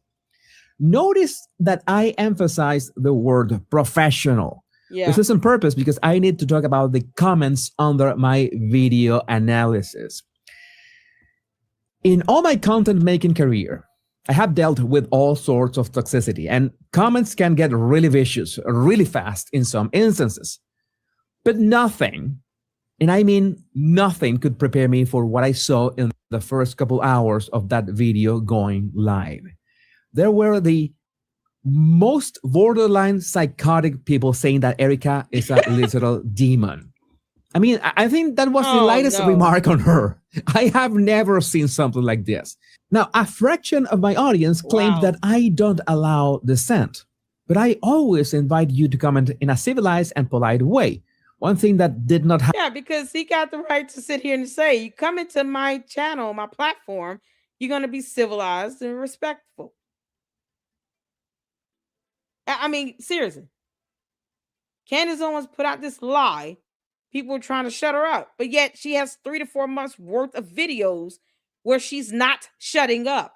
So the fact that she said that is a lie in and of itself. It's misleading and it's deceptive. Terms interchangeably used with the word lie. No one stopped her from saying anything. She still got in front of a camera and said everything she wanted to say. And then turned around and said, I would never apologize for it. Oh, okay. But when it comes boomerang and bite her in the ass, then, I don't want to hear it. I really don't. The same way that, we all have the right to freedom of speech and expression. It's the same way, especially if you're a content creator or independent journalist like I am, or if you're the body language guy, we have the right to not read your nonsense. You can't force us to read the crap. So if we time it out or delete the comment, then that's what it comes down to. I don't understand. Why can't people have just conversations and ask questions like the one here? I'm going to answer this.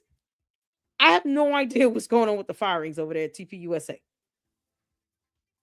But I have said numerous times that if any TPUSA employee sees something or come across, anything in writing or documentation, or they hear conversation or anything that they deem would be viable for an investigation of some sort, that they can be a whistleblower and have that added protection under federal law.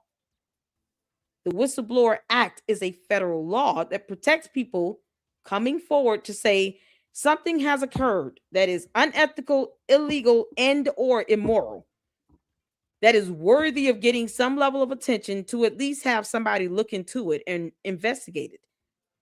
People who are licensed and certified to do that. So if they're going to do that, if anything being done that's unethical, illegal, and or immoral is legitimate and authentic, they should not have any fear at this point of losing their job or experiencing retaliation. Now, if TPUSA fires people and they are protected under the Whistleblower Act, and the information that they're presenting is viable and credible, you don't get protections under the Whistleblower Act if you're lying like hell. If you're just perpetuating her nonsense with no evidence, that Whistleblower Act will be irrelevant to you. I'm sure TPUSA will look into whatever comments or complaints or allegations brought forward to them. But as far as the protection under federal law, they have nothing to lose. If they're going to come forward on social media, why can't they do the same thing when it comes down to coming forward when it comes to being a whistleblower? That would be the best route to take. So I wouldn't agree to anybody just being fired, especially if they're trying to speak out because something legitimately went wrong within TPUSA. My issue is when they're only willing to come out on social media, but they don't have the boldness and the courage to come out as a whistleblower. They won't even use the terminology. They won't even say, I'm trying to be a whistleblower. I've already filed a complaint, this, that, and the third, XYZ, within TPUSA, and if need be, if it's a matter of something being, illegal and even criminalistic, then you go to the authorities. They're not even saying that. These people are coming out saying they work with Turning Point and this stuff, they're not even saying that they're going to do it the right way. They're going to file a formal complaint and do it the right way. It almost invalidates their level of credibility in what they're, bringing forth to the public.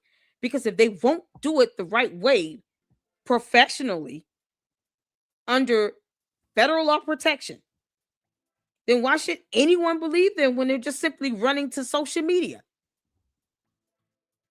The same thing with Candace. No one has to believe that she has an assassination attempt on her when she won't provide evidence. The receipts of these transactions from payments from the French president to Club de Sante, or tell us who the high-ranking French government employee is, or to show that FBI text message she sent, or give the name of that high-ranking FBI official, or show a confirmation of her submitting a formal FBI complaint. When you can't even act in good faith and present evidence to support any of that, no one is obligated to believe you. Point blank. If I see something going wrong that is unethical and illegal in the company I work for, in my organization, and I want to shed light on it and report it, I'm going to go, at the very least, to HR, to the ethics compliance department, where they will investigate it. And if they suck at it, then I go public and show evidence that I went to HR, I went to the ethics department, they did an investigation, and they still sat and played in my face. So now I have to go public. That's how that should go. That's what I believe. Anyway, and it would make sense. It's logic. I'm not going to be scared on one end But on the other end, when it comes to social media and this so-called court of public opinion, I have all the boldness in the world, if that makes sense. So I would not agree based on the circumstances to which anyone is being fired at TPUSA. If they're being fired because they're a whistleblower, even if they went to social media first and not to the actual authorities or to the, ethics department in TPUSA, I'm assuming they have one. Even if it's compliance and HR. If they wouldn't even go that route or go straight to the FBI and try to get that protection under the Whistleblower Act, I mean, they shouldn't be fired for that because, TPUSA should not be retaliating. That would be illegal. But if these people aren't even trying to show good faith efforts that they're trying to handle it the right way, then, I'm sure as a nonprofit, they still have the right to release someone because no, you don't have to work for a company. Certain states have, right to hire, right to fire laws. So if there's no issue regarding harassment or you're not a whistleblower or, whatever, you don't have a contract, where you are violating it if you try to leave or leave without following the contract itself, they have the right to release who they want to release overall. So it would suck if they were doing it the wrong way, but it's their company. That's kind of my thoughts on that. So I hope I answered your question. This is what I mean. Ask questions. Hopefully this question is asked in good faith, but ask questions. We have no problem answering questions. I know I don't. So shout out to you for the question. All right, let's get back to it. Jesus is waiting. Happened with that video. And in all cases, I have always wanted to treat my channels, especially this one, with a sense of community. Now, imagine somebody going to the comments to ask a question about my body language analysis or leave an opinion of Erica, which you're absolutely entitled to, and face a literal wall of batshit crazy comments. That is an instant turn off. That is like imagining Nancy Pelosi in a baby doll. But in all cases, thanks to all of you who, in spite of the wall of batshit crazy comments, still gave your 2 cents in a civilized way. And thank you for that. Yeah. And yes, some of those comments were critical of Erica Kirk, and that's okay. In fact, to make things even worse, some were attacking me in the comments, telling me to leave Erica alone, which, again, I was just doing a body language analysis of her reaction. Maybe I have made my stance a bit more clear in this topic with this video. Now, standing for Erica Kirk doesn't mean that I can't make observations when I think Erica Kirk fumbles something or makes mistakes like in this video. I try to be fair most of the time, and not gonna lie, in just 48 hours, I have blocked more people on X that I have blocked since 2020. Good grief. What are you candy ass cult members doing to this poor man? What the hell y'all doing? He had to block people on Twitter X in 48 hours like this? You can't make this. Are you serious? This is insane. What are you all doing over there? Oh man, the idea of civility is just, like I said, is hypocrisy on steroids. They're only, civil when you're saying what they want you to say, but then you say anything to the contrary. And I don't agree with it coming from either side. Whether you support Erica Kirk or you don't go tagging somebody because, they're pointing out something and they're trying to be impartial and fair about it. Don't attack the man. I don't care which stance you take here. Don't attack him. Personally, I just ignore, the BS until there's something dumb, like a death threat or something like that. But other than that, cult members are going to be cult members, bots are bots. Let that sink in. Y'all over there harassing yes, I block and mute people who come in bad faith or call me names or criticize me for points that I have thoroughly explained in videos or repeatedly reply to an argument with something that has nothing to do with the argument. Exactly. And notice that I have repeated the words bad faith many times during this video. because those words are important. Yep. Important in the sense that I see way too many spineless people in here not making a stand for what they think is right. Exactly. Some are using the word feud to name what's going on between Erica Kirk and Candace Owens, which I think is misleading. Because usually a feud means that two factions are attacking each other. And in this case, we already know where the attacks have been coming from repeatedly over the past 3 months. And I'm going to add something else to that. I'm going to tell you that the majority of Charlie Kirk murder investigators didn't give a flying fuck about Charlie Kirk while he was alive. Oh, man. Oh, you better tell it like it is. It's just a pleasure to hear this again. I've seen this video once, but boy, does it ring true. They did not give a flying F at all. Now they want to know where a dead body is buried. And for what? Unless Charlie Kirk actually paid your bills, why would you need to know that? And then they're saying, oh, it's so gross for Erica to post up this video of her with her deceased husband in the casket. But you want to know where he is in the ground, in that casket. Make it make sense? Make it make sense. She invited people into that video. People want to know where his dead body is buried. But they can't sit here and they can't even look at evidence on a plane or ask Candace to post up, that FBI text message I'm still asking for. She can't even do the bare minimum. But they're trying to demand that Erica Kirk tell them where the body is buried. You can't make this up. It's soulless. It's soulless and heartless.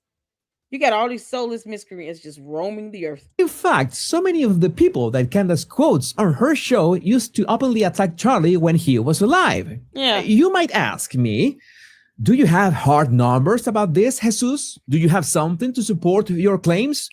And I will tell you that I don't know, but I know. In fact, it was revealed to me in a dream.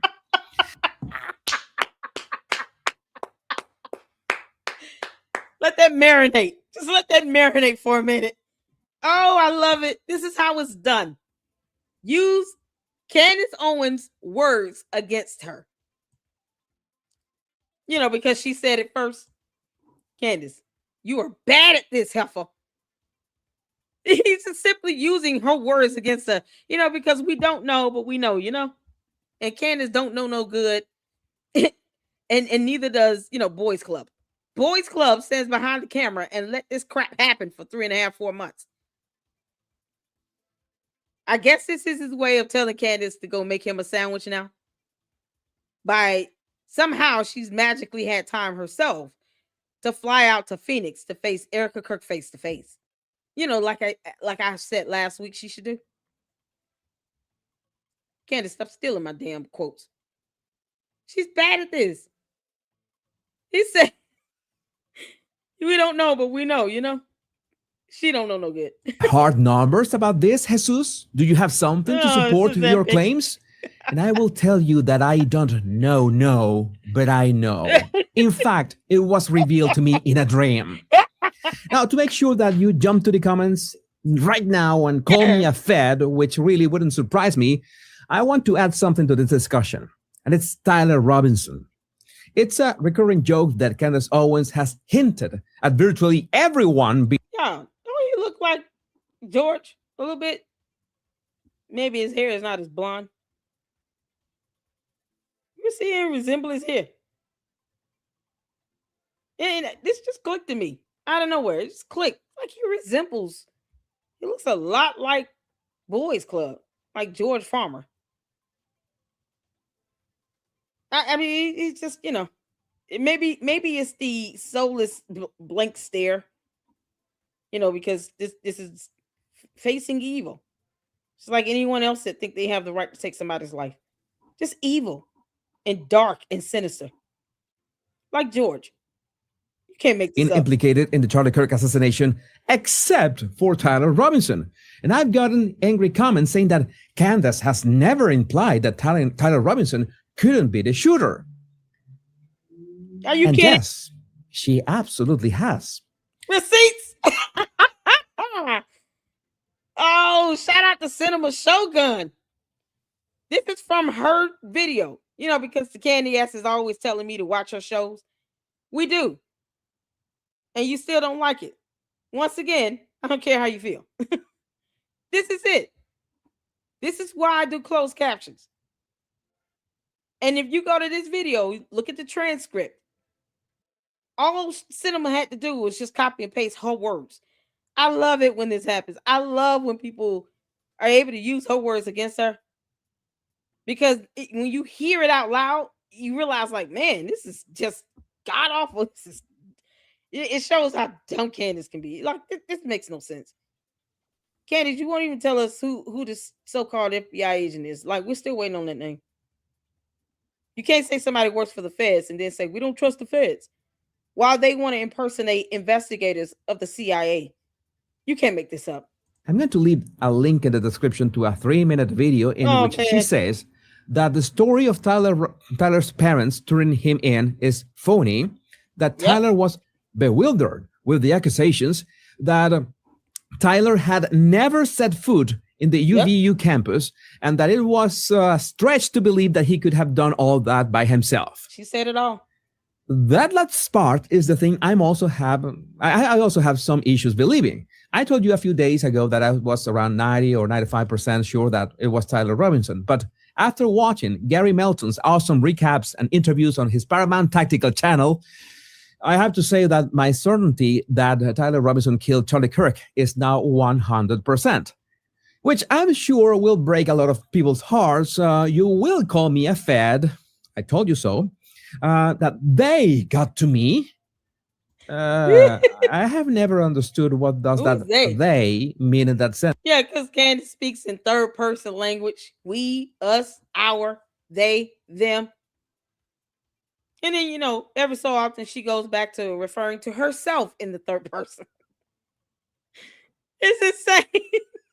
Candace, Judge Rennie is going to order you to a psyche eval, girl. I hope you know that is a 95% possibility. Don't fight it if it happens, Candace. Just go and do the psyche eval. It's unbelievable how she forgets that her videos are recorded, and all you have to do is press play and turn on the closed caption, and you can see the words come out of her mouth, just like when she said, "I hate everyone. We are all treasonous. We're all traitors. We're all treasonous." Who what? No, you and your coat. That's it. Maybe the box, but leave us out of it. But this is what she does. And when people use her words against her, you know, she gets mad about it. For what? And then tries to twist it up. No, this is what you said in your videos that are recorded and immortalized on YouTube. Like, you can't make this up. Thee and they and them and oh my God. Or that I'm cashing in $7,000 checks. But well, I made this video to set the record straight. Let me know what you think about this in the comments. My name is Jesus Enrique Rosas. I'm the Battle Language Guy. Much love and bliss. Oh my God, that was epic. Brooks. That was epic. Oh, Jesus. Well done.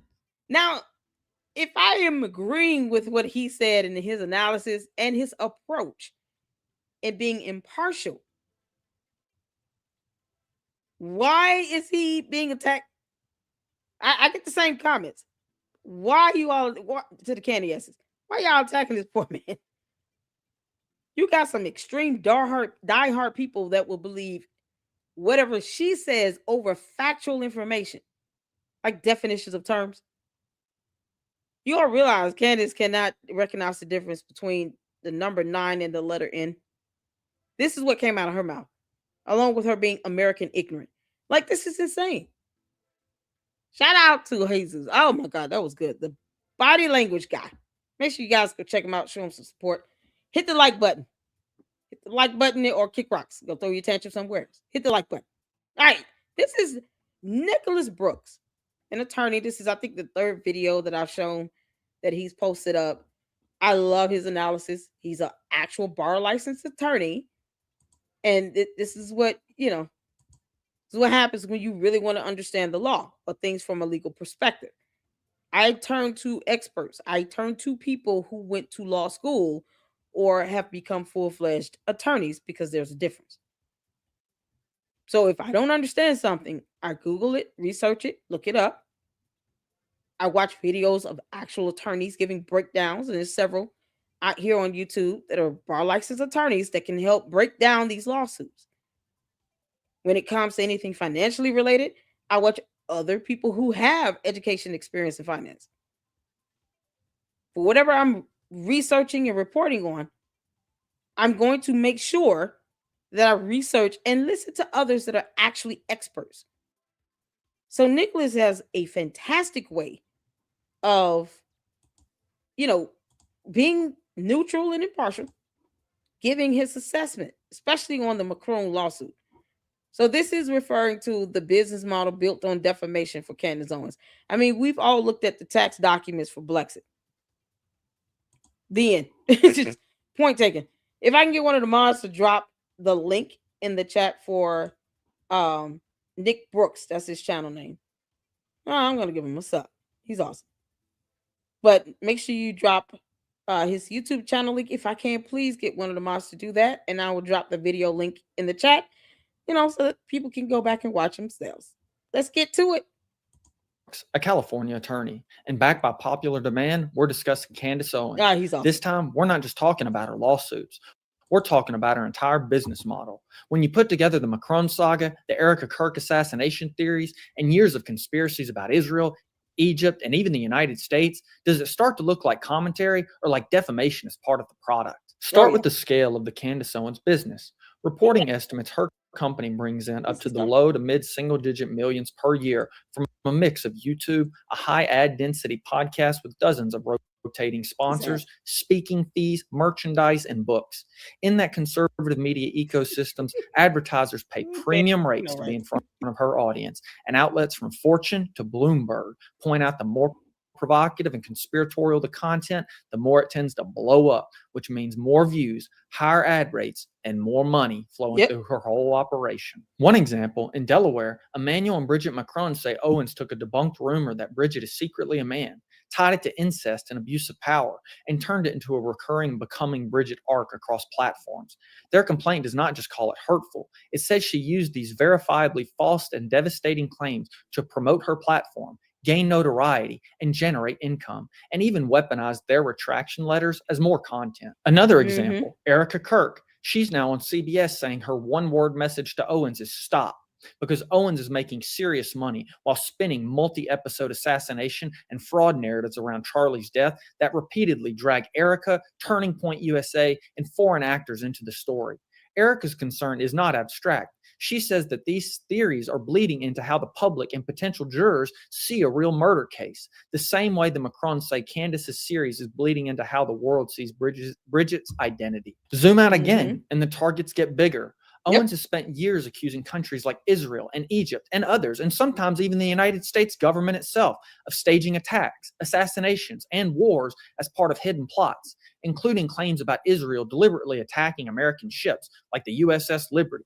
These are marketed as just asking questions, but they present detailed stories about who did what and why, which pushes them towards specific factual allegations. Let's be honest. I mean, if you're asking a question, you asking a question. It should be very clear when you're giving a statement versus asking a question. A question is not going to have a whole lot of your opinion riddled throughout it. It's going to be a question such as, Candace Owens, when are you going to post the FBI text message you sent to this high-ranking FBI official? Especially when you don't trust the feds because you're a hypocrite. I could do that. When are you going to post this text message, Candace? Very simple. The people should know I'm asking a question. Not sitting here trying to give an affirmative allegation and then purport it as a fact with no evidence. And she still doesn't understand the definition of the word truth. questions, but they present detailed stories about who did what and why, which pushes them towards specific factual allegations, not just, I don't like this policy. When you line up the Macrons, Erica Kirk, and the country level conspiracies, the pattern looks like a playbook. Pick a shocking theory, attach it to real names and institutions, serialize it across shows and platforms, and let the outrage drive attention. Business coverage notes that her most controversial arcs often bring the biggest engagement and economic upside, which is why critics and the Macrons in their complaint describe these narratives as a campaign that also happens to be profitable. And quick note to Candace's followers, no one is paying me to say this. I'm not being paid by the Macrons, by Erica Kirk, by Israel, by Egypt, or any political organization to make. It's so funny because, you know, they can't prove it at all. No proof, no transactions, no nothing. Even when I'm asking for the evidence, they still don't render it. Candace refuses to post these so-called transactions that's flowing from the French president to Club de Sant. Somebody told her, oh, there's a paper trail. Post it up. She didn't even bother to ask for it. That's just laziness, Candace. You're lazy as hell. She didn't even bother to say, I'm not getting off this phone with you until you send me evidence on that. Otherwise, I'm going to keep that to myself, and I'm not going to repeat something like that. To which you have no proof. If you're saying there's a paper trail, it should not be that hard to show that evidence. And it shouldn't be hard for her to ask questions of this same high-ranking French government employee to get that evidence. Why is that so difficult for her to ask? But she can ask questions on other stuff. But she didn't question this so-called French government employee.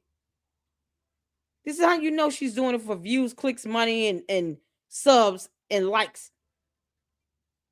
And the candy asses and the bots come in and confirm that every single live stream I have. Because you can't make this up. They literally confirm that she's doing this for views, likes, clicks, money, and subs. Oh, she's got so much millions of dollars and it's so many followers and so many. She can get hundreds of thousands of views in a live stream. You can't. They're confirming that. And they're not even smart enough to pick up on it. You can't make this up. She's blamed any and everything on earth.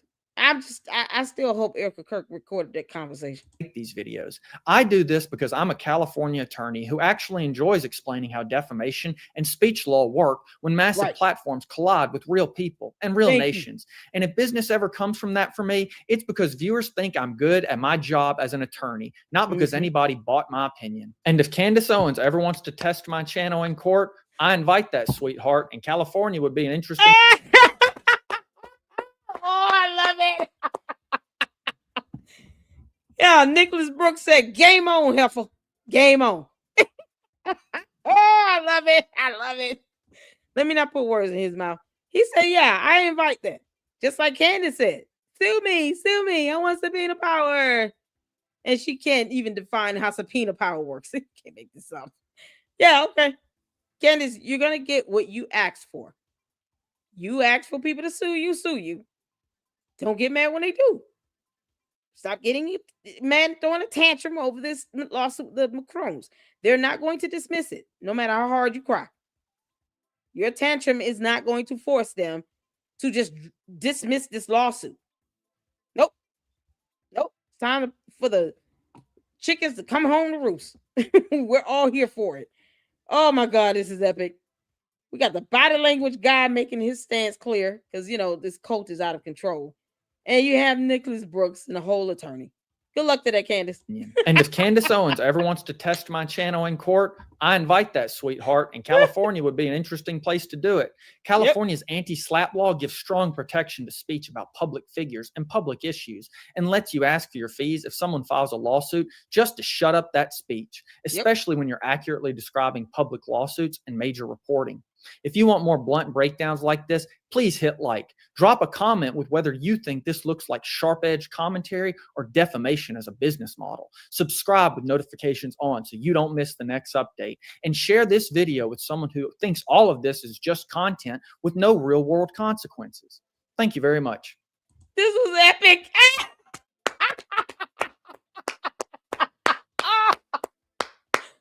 Oh, Nick Brooks. Y'all look at that smirk. Y'all look at this smirk. It's so adorable. Yes. Oh, Nick, you're just a cutie pie, honey. Look at this smirk on his face. I love it. He said, I invite that challenge. I welcome it. Come on. I wish you would. He said, I wish you would, Heifer. Oh, this is so good. So good. Make sure you guys go check out Nick Brooks. Yeah, you get mad that Jesus come back. Just check him out. It's so good. So good. All right, y'all. Let's get to the tax forms because we're getting late into this. So if you all recall yesterday, we checked out a video from a young lady named I don't know if she's young. Oh, I don't know how old she is. But a fellow content creator who was connected to BLEXIT. I think she was a volunteer of some sort and a part of the organization. She did a video. Her name is Kali, and she also did an actual quick live stream video that's on Twitter X. And she basically, put the BLEXIT tax forms out there because it's a nonprofit and was like, hey, explain this 1.7 million you were in the hole when TPUSA acquired BLEXIT. Because the candy asses, somehow forget this happened. Charlie Kirk did not have to acquire BLEXIT. The parlor deal from Boys Club, George, didn't even go through. It fell through. I think Kanye West was supposed to acquire Parlor Inc. and it fell through. Now you see why? Because here you have this company called Olympic Media LLC. Okay. That has trademarks registered underneath it. It's information we looked up yesterday from the actual registration for the LLC. And one of those trademarks is Parlor Inc. Parlor Inc., to which George Farmer owned. And ironically, he was also the treasurer of BLEXIT. So let me just pull up. I'm going to just pull up a year for the taxes. This is Olympic Media. And I'll drop the link in the chat. So we went over the one from BLEXIT. As a matter of fact, let me go back to that one first. So you all can see, for those who missed it, for the people in the back. This is BLEXIT here. I'll drop the link to this chat, to this website, and I'm also going to have it in the description of the video. Because facts matter, and she want to sit here and talk about TPUSA not meeting a deadline for taxes when she lied about that. And then turned around and was like, oh, well, someone who's, understanding of IRS told me that they actually had an extension or some sort. Yeah, because that can happen. But Candace is not ignorant to that. You know why? Because she has LLCs registered in the state of Delaware. She has to do taxes herself for these LLCs, such as Candace Owens LLC, this Olympic Media LLC, making sure that when she was over BLEXIT, tax documents were being filed for BLEXIT. So you all can see here, I pulled up the year 2022, the tax return for 2022, because this is where she starts getting into the hole. And if you all can see here, BLEXIT Foundation Inc., this is the EIN number. This was tax exempt going back to October 2019. Candace resides in Tennessee. Then you see here, this is just one of the tax forms. So you can go back, and I think you can go back like 4 or 5 years, something like that. It might go back further than that. It should go back to the year it was started. So let me go down. I can show it like the first tax year. So this tax year started in 2019. So we go up to 2022 here, you can look at all the years. You can do the summary here. And then here's where you can view the filing, the schedules, which is the actual tax worksheets, the PDF file. XML is, Microsoft Excel. But you can click on whatever one version you want, and it goes into details. So here you go. So y'all saw where it was starting. It was coming into this year with a negative. BLEXIT Foundation, you see that here reiterated, goes to some P.O. box. And this is the P.O. box she was talking about when she was hit with the Macron lawsuit. She was like, well, it goes to some P.O. box we barely check, where we use for like merchandise and blah, blah, blah. Why are you barely checking that? I mean, it's insane to think that she's barely checking a P.O. box that deals primarily with her merchandise. What if people were returning things? It's just sitting in a P.O. box. So this is the P.O. box here. Y'all see Candace here? Her name on it right here. And then we go down to where it says prior year, current year. So you have this sector here for revenue. So current year, they brought in allegedly 2.9 million in revenue. And then you have the expenses here.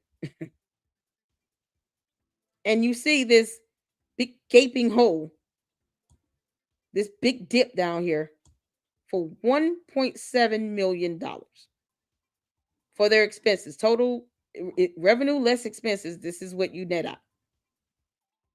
$1.7 million in the hole. So you scroll down. Here's where it got interesting. Aside from George being listed here as a treasurer, there you go, right there. And somehow he's working 30 hours a week. Same as Candace, which was, by this point, she was with Daily Wire. And that was one of the points that the content creator Kaylee brought up in her video. 30 hours is almost a full-time work week. I mean, depending, it might be considered still full-time. 40 is the standard. But if you're saying you're working 30 hours a week, that means you're working at least 6 hours per day related to BLEXIT. That's what that means. And then George is doing the same thing as treasurer. Somehow, but her VP, Brandon Tatum, was only doing 5 hours. What kind of damn... you're supposed to be the VP where the president and the treasurer are doing 30 hours a week, allegedly, which we all know they weren't, but whatever. For the sake of argument, it's on paper, 30 hours a week. Why is the VP and director only doing 5 hours a week? This is nothing more than him checking maybe some emails for an hour, playing the role of a VP of BLEXIT. Wasn't he an officer? I mean, doesn't that indicate he had a job? He also has a YouTube channel. So he only dedicates, theoretically, 1 hour a week to BLEXIT as the VP. No logic in that. These board members, maybe, because if they only have to attend meetings, then that would explain it. But not from the VP. But the treasurer is doing the same 30 hours a week too. You can't make this up. And you don't even see his salary over here. No salary for George. Candace put hers. She put Brandon Tatum, but not your treasurer husband. It's the inconsistencies for me. It's the inconsistencies for me. So let's scroll down to these consultants that that were pointed out in Kaylee's video that we spoke on yesterday. Because it's odd that you're spending all this money for what's considered to be social media fundraising. Like consulting firms that just strictly deal with social media fundraising, like no different than platform for GoFundMe. Somehow she paid stupid money to these consulting firms. Trying to get to the actual worksheet so you all can see it for yourselves. Because, one of the candy ass is talking about, where's your evidence? I'm sorry. Just because you can't read doesn't mean it's not here. Can't make this up. So anyone can look this up. This is public information. You can go on that web projects.propublica.org and put in, BLEXIT Foundation Inc. and it'll pop right on up for you as well. So this here, Optimize Consulting and this social media fundraising thing. How in the world are you spending $553,000? This is just amount paid to fundraiser listed in column I. This I over here, this is the column it's referring to. This is the gross receipts from activity. So let's just go with column here. $553,694 paid to a consulting firm that does nothing more than what GoFundMe can do for you for free. Anyone can start a GoFundMe account. So if that is we looked up social media fundraising as well on yesterday. I also have a link to more information about social media fundraising, the aspects of it, what it pertains is in the description of yesterday's live stream. So feel free to Google that. They operate no differently than someone creating an account with GoFundMe. They find ways to utilize social media to raise money. And you're paying them $553,000 to do it. Then you see this here, Olympic Media. Yesterday, we pulled up the LLC for this. That's where we saw Parler Inc. is one of the trademarks registered under this LLC. So even though Parler Inc. is a separate corporate entity here, it's like a subsidiary. It falls under this LLC. And this is getting $284,404. This is for tax year 2022. So I said yesterday, we looked up the address to the Olympic Media. Turns out it goes back to a 2-bedroom, 2-bathroom condo, high-rise type of. It's an apartment, actually. It's classified as an apartment where the rent was $5.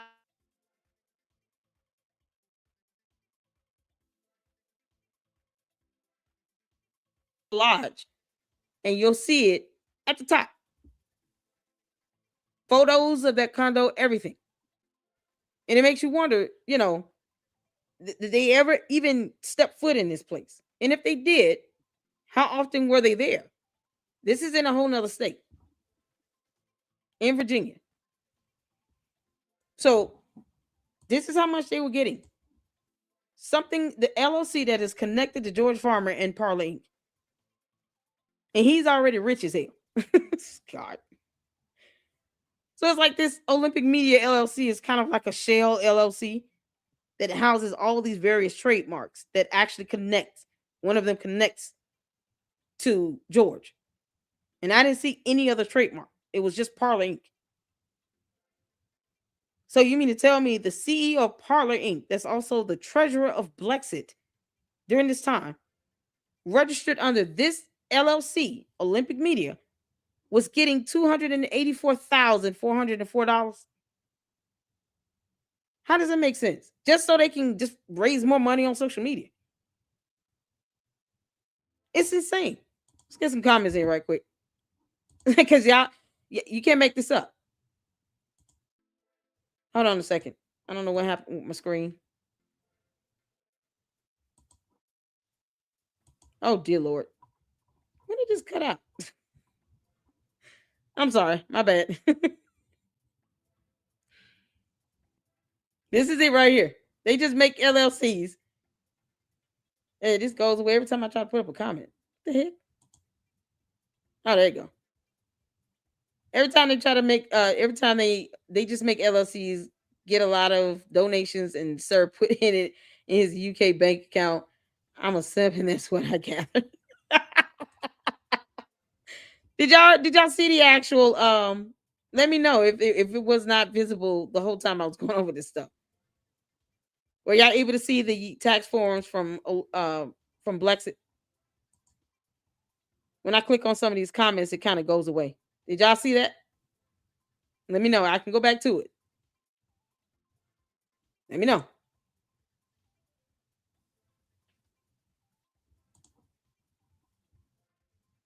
Y'all saw it? Okay. Yes, you can see it. Mark. Okay, so y'all was able to see the BLEXIT tax forms. If it walks like a fraud, talks like a fraud, it's probably George.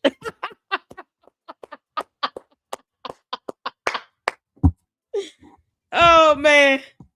Boys Club is not studying anything. He doesn't care. He just doesn't care. You can't make this up as far as you got something to talk about, girl. That's okay. Mine wasn't either until I decided to start a channel. I'm just now putting content up. Make sure you drop your channel link. What's going to see for? Oh my God. Gary says, look into those consulting firms and give it who owns those. Yeah. You can't make this stuff up. What's going to see, Star? Wow, just wow. I know, right? Try to get some of y'all comments in. Hey, lawyer. Parler went under BLEXIT. Yeah. Parler Inc. was registered as a trademark under this Olympic Media LLC. It fell under it. And we checked out the LLC registration information yesterday. We confirmed the address. And then we saw clear as day, Parler Inc. listed as a trademark registered under this Olympic Media LLC. You can't make this stuff up. So let's get back to this. All right. Because this is insane. So we saw where here this $284,000 was paid out to Olympic Media for tax year 2022. So okay, I said, well, let's see if the tax forms for Olympic Media matches this amount that was paid out to them. Let's see if it lines up, right? We should expect to see this magical number as revenue for Olympic Media. These are payments sent out from BLEXIT to Olympic Media. Let's see if that revenue shows up for tax year 2022. You know, because we're just asking questions. Candace, you're bad at this, girl. This is how you connect dots. All I'm really missing here is the lease agreement to see and verify if Boys Club and Candace ever stayed at that address in Arlington, Virginia. That just kind of would nail it, right? So you guys see here, this is Olympic Media. You see the Port Townsend is that state of Washington. Tax exempt since November 2016. EIN is right here. So let's scroll down to the same tax year. We're going to look at 2022. And this goes back it goes back to 2016. So you have a lot of years of, about 9 years of tax documents to look up. Now, if you notice here, they file a 990 easy. That's basically a way of saying we just file, an easy tax return for this particular LLC, which based on just what an easy tax form is, as opposed to a standard 990, it just kind of leaves me wondering if this is a shell company, if it's a shell LLC, and it's nothing more than a parent company to Parler Inc. Because Olympic was getting all this money from BLEXIT. So it makes me wonder that. So when you have this 990 EZ, that means it's saying this is not even going to be complicated or anything. So here it is right here. Is this for fiscal year ending December 2022? You see Olympic Media there. Who is the registered agent? Y'all can see here. Oh, let me go back right quick because I want to point this out.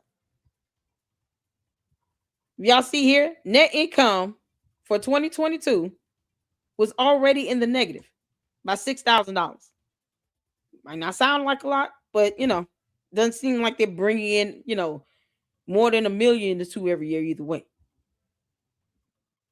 But you see here, net income for 2022 was a negative $6,600. So like BLEXIT, get this, just like BLEXIT, Olympic Media LLC was also in the negative. BLEXIT was in the negative by 1.7 mil. Olympic Media was in the negative by $6,000. And then, of course, you see it gets bigger and bigger. Here's 2023. Net income negative $25,564. And then you see here, tax filing from last year for tax year 2024. That came back up into the positive. I wonder what happened. So they were in the negative.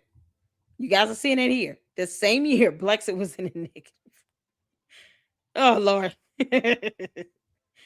Mighty funny. When BLEXIT was acquired by TPUSA, that tax year 2024 for Olympic Media went to the positive. This is mighty ironic. That's all I'm saying. It's just ironic. So let's scroll down. Once again, I want to get to the revenue. Now, if they were paid $284,000, shouldn't you expect to see that as revenue going into Olympic Media LLC? If BLEXIT tax document says we paid this company for tax year 2022 $284,000, I should expect to match that with the revenue for Olympic Media. That's money coming into the LLC. So when you have contributions, gifts, grants, and similar amounts received at $87,000, where's the rest of the $200,000? You don't even get that revenue total down here. It's just $87,000. Y'all see this? Because you can't make this stuff up. Anybody lost so far? This is how math works. This is how accounting works in particular. So accounts payables from BLEXIT, if they had such a thing, paid out $284,000 to Olympic, which means their accounts receivable is bringing that money in. Why isn't that matching? Why is their revenue reflecting $87,000 only and not $284,000? Where is the remaining almost $200,000 here? Where's the rest of it? Let's say $197,000. Where's that $197K? Since she wants to ask questions, we're doing the same thing, Candace. This is insane. But her expenses are just skyrocket.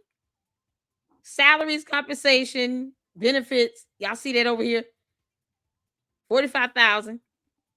You got these professional fees, occupancy, rent, utilities. Mighty funny. That apartment was $5,394 a month. But you got occupancy, rent, utilities, and maintenance, only $20,000 for the entire year. Y'all make this make sense. We verified that address to go to a 2-bedroom, 2.5 bath apartment. That is $5,394 a month. So even if we go back, okay, let's say inflation kicked it up. That's what we saw as of yesterday in 2025. Let's say it was $4,800 in 2022, tax year 2022. This amount should still be higher. For 12 months, can somebody do the math right quick? 4,800 times 12. 4,800 times 12. Because I highly doubt it just comes up to 20,000. $4,800 times 12. Anybody can drop the math on that right quick. This is where money is going here. Where money was going from BLEXIT to, and it was supposed to be helping, urban African American communities, similar to TPUSA, except it's supposed to be focused on, I guess gearing in more young Black conservatives, right? This is starting to smell more and more.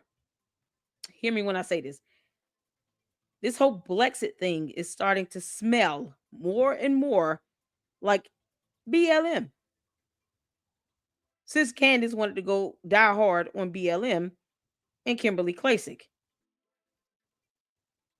This Olympic Media LLC goes to some 2-bedroom, 2-bath apartment where the rent was, let's say, $4,800. $4,800 times 12 is only $19,000.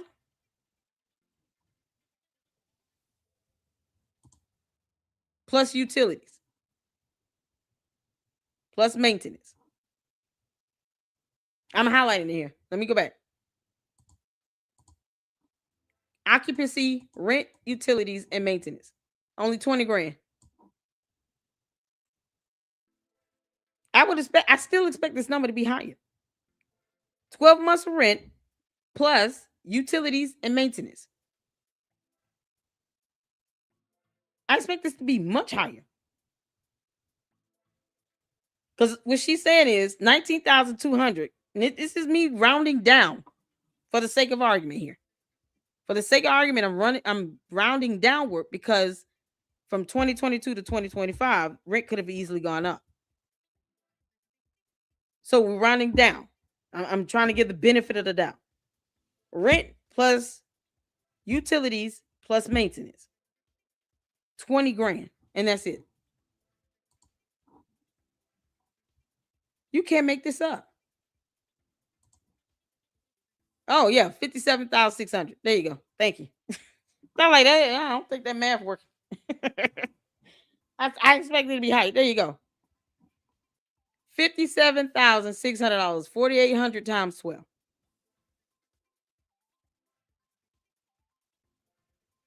$57,000. Why is this only at 20,000? George. Boys Club, can you explain this? Because this is the LLC that shielded your Parlor Inc. How do you have a luxurious apartment where I'm still rounding down? I'm knocking off $500 a month. That should have came up to just for rent only $57,600. Because I just want to make sure the math is right.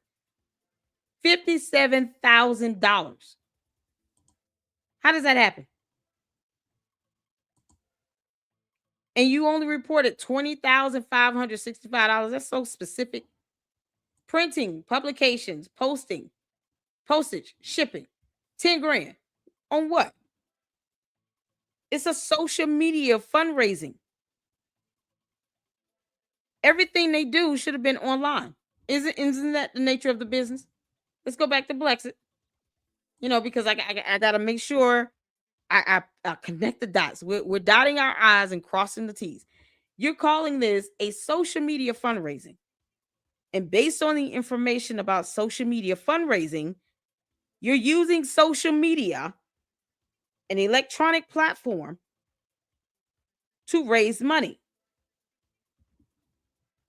Why are you spending $10,000 on printing, publications, postage, and shipping?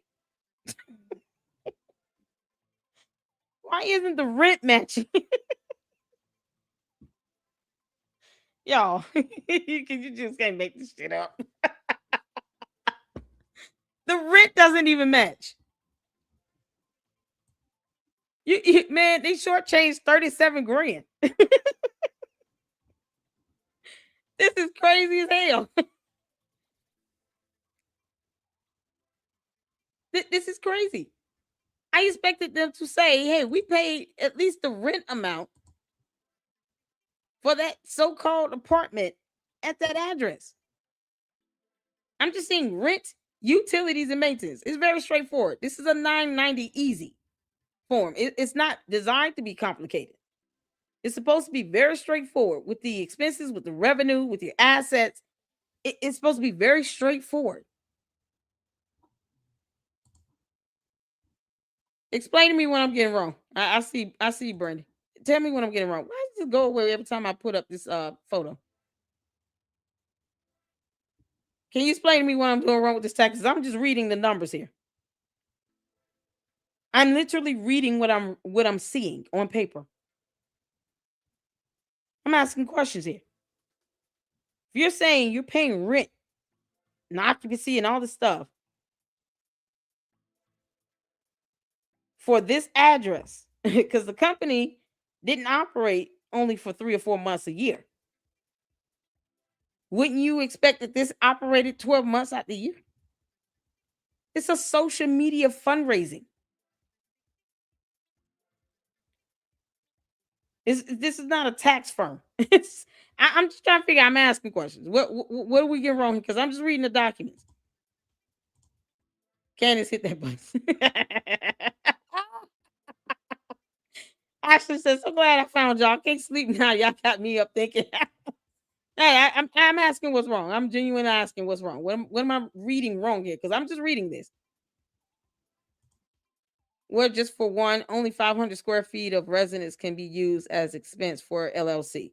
Okay, so if we take the square footage of that apartment, I'm just reading the numbers here. That's all I'm doing. I'm asking questions. So let's say, okay, it's the 500 square feet, right?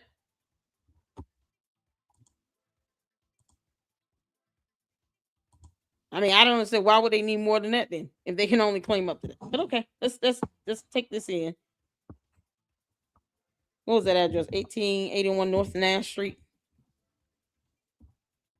Because they do give a breakdown per square feet. So let's look at that.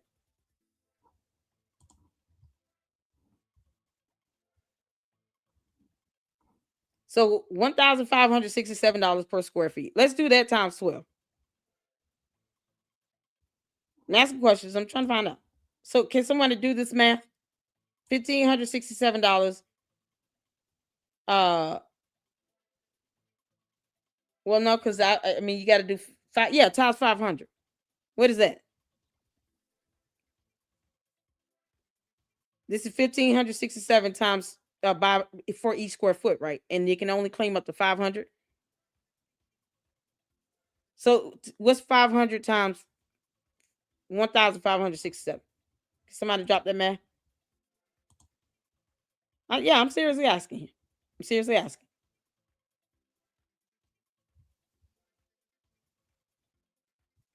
Because she's working at the wire too. She's doing 30 hours.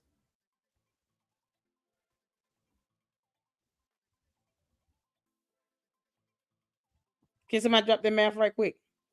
Just let me know. So if that's, I mean, if that definitely is true, then okay, we'll use that as a fair point. See, I can stand corrected. There you go. Shout out to you. Can someone do the math on this? Because that might take you to the 20. They only get 500 square feet. And this is $1,567 per square foot. What's the math on that? Oh, dear Lord, it's more. What is my math off? Let me know, Brady. Is my math may be off. They got the price here. We're just looking at what this is, and this is for, as of today. Let me hide the comment, so y'all can see this. Mark says $783,000. That's way more than just like a monthly rent amount. Because here's the monthly estimated rent right here. This is where I'm getting this from. This is the address here that's listed on the taxes for Olympic Media. This is what we saw yesterday. So I wanted to make sure my math is there. They only got 1,800 square feet here total. So we're getting a breakdown per square foot, how much it costs, and they only get up to 500. Correct me if I'm wrong. We're just taking that amount, multiplying it by 5, giving them the max. It seems to come out to be way more than 57,000. just let me know if my math is off. That's all I'm asking. So I want to be as accurate as possible. We asking questions. So glad to find like there are not many like this disturbing illusion. Another good one. 1498. Is that can't be it? It's 1,500 per square foot, and they claim up to 500 square feet. They better off just saying this is what we paid per month. I still don't understand how they came up with 20,000. Like, how did they come up with this number? This is for the entire year, the entire tax year, and we're looking at rent, utilities, and maintenance.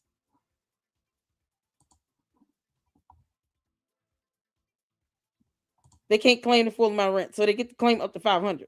So I'm trying to see. This help me with the math on that, because we're still talking about an apartment community. They didn't even take residents in. We wouldn't even known about this had we not looked at it on the LLC. This is insane. And aside from the point now, the revenue that BLEXIT said it paid to Olympic Media does not match their revenue incoming for 2022. We're looking at the same tax year. The revenue is off. The rent here for that address is so weird.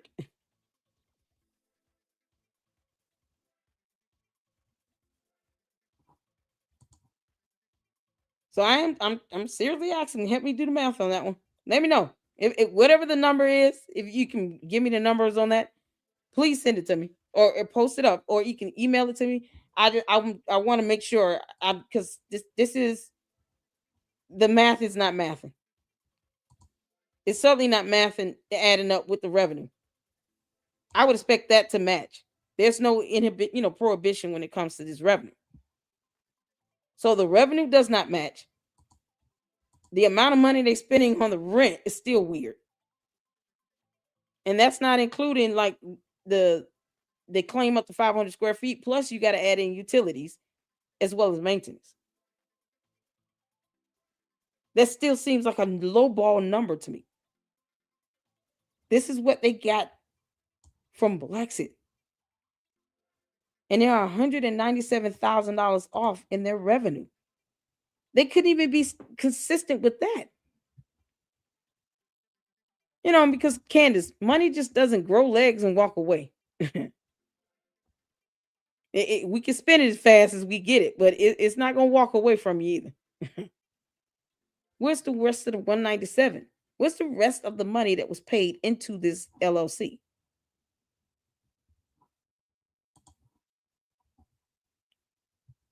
Because I'm like, it's about 5,000. How many square foot is with the apartment? Is that what you're asking? That's files. Because we trying to. I'm like, why wouldn't the IRS pick that up? Boys Club is supposed to be he was supposed to have been the treasurer to BLEXIT. The role of the treasurer controls the cash. They're like the bank of the company. The treasurer oversees the money that's inside this organization. He was the treasurer of BLEXIT. And an LLC that covered Parlor Inc. was receiving $284,000 for this one tax year. Stupid money. And they couldn't even translate it over to the tax documents, this 990 EZ, for the revenue. We're looking at the revenues here. And even make it over here in full. The expenses, it doesn't make sense. It doesn't make sense. So let's scroll down. They got professional fees and other payments to independent contractors. $6,404, whoever they are. I mean, what other independent contractors could they possibly have? Professional fees? I mean, GoFundMe could be free.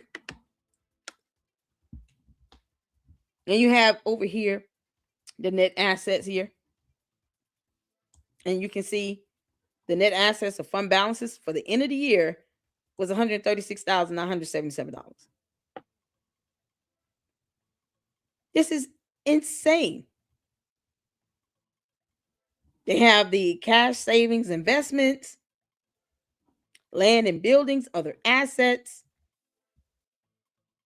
Even if it showed up over here, it doesn't even match. It still does not explain why only 87,000 made it over as revenue.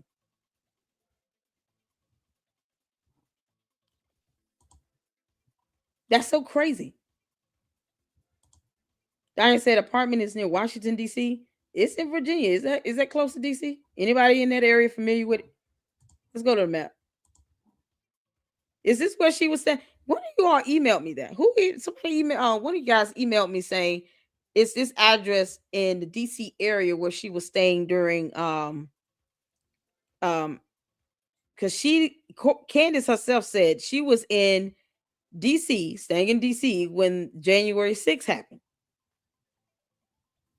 So that's a good question. Is this where they were staying near close to DC somewhere? It sounded like that the way she put it, she was like across the street from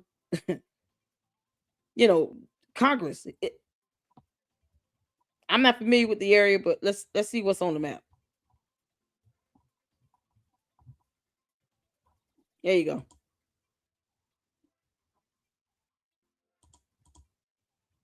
Is this area near DC? Uh-oh.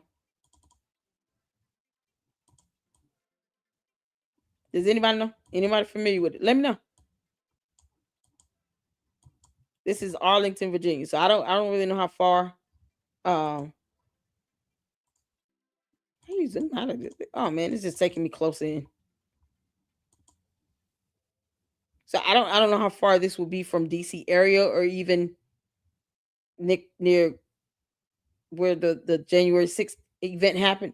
I have no idea. You can't make this up. It says Arlington, Virginia. Isn't that where the military gravesite is? Like the huge military gravesite? The IRS will pick that up. You can't just say I pay XYZ LLC X dollars and XYZ doesn't show it on their revenue. Exactly. Why would they put down 87 when they paid out 284,000? And somehow, here's the ticker. TPUSA acquired BLEXIT. My question would be, were they even aware of this connection? When they acquired it, they already acquired it in the whole. Who lived in the apartment? I don't think anybody lived there, Diane. That's what I'm saying. I don't think they ever lived there. I think it was just kind of like a ghost apartment. She says she stayed in DC, and I don't know how far this is from DC. Makes sense that George was treasurer. That's how they got away with it. Exactly. When I say the treasurer controls the purse, that is not a euphemism or an understatement. You guys, if you want, you can look up the role and responsibilities of a treasurer. They control the purse in-house. I'm like, at least be consistent. If you're being paid from BLEXIT $284,000 for 2022, I would expect their taxes from Olympic Media to match what was paid to them in revenue. I expect that. It's like apples to apples here. Why put any other amount? Let me scroll down and I get to the worksheet with the revenue, because this is crazy. They didn't have any other organization here. You see none right over here. Did I pass the employees? Because they had some salaries listed. The best thing about this being a 990 easy, it's not overly complicated or long. So let's see here. Who was paid? Nothing here. No name of supported organization. Nothing supporting them. This is public support. The schedule for that. Because I'm still wondering where's the rest of that revenue. I don't even see the sheet. Did I pass the sheet with the salaries? Somebody's getting a salary.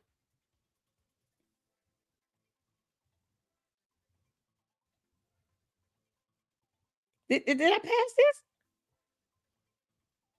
Okay, let me go to the top. All right. I'm trying to find the salaries worksheet. Here we go. Here we go. So the person getting a salary is Joseph Mann, VP of Operations. And he was reported to have done 40 hours a week. And this is the 44,000. It's 44,200. How much was reported for salary is $45,580 for the salaries, other compensation, and employee benefits. 45,580 reported total. So the employee here, base salary, of course, 44,200. Reportable compensation. Where's the rest of the revenue?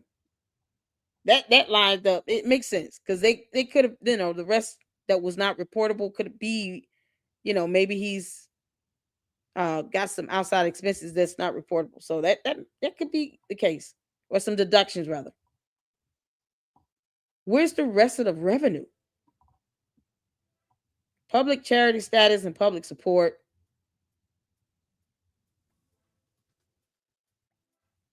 This is just saying they're exempt from the taxes here, federal taxes. Like, where's the rest of the money?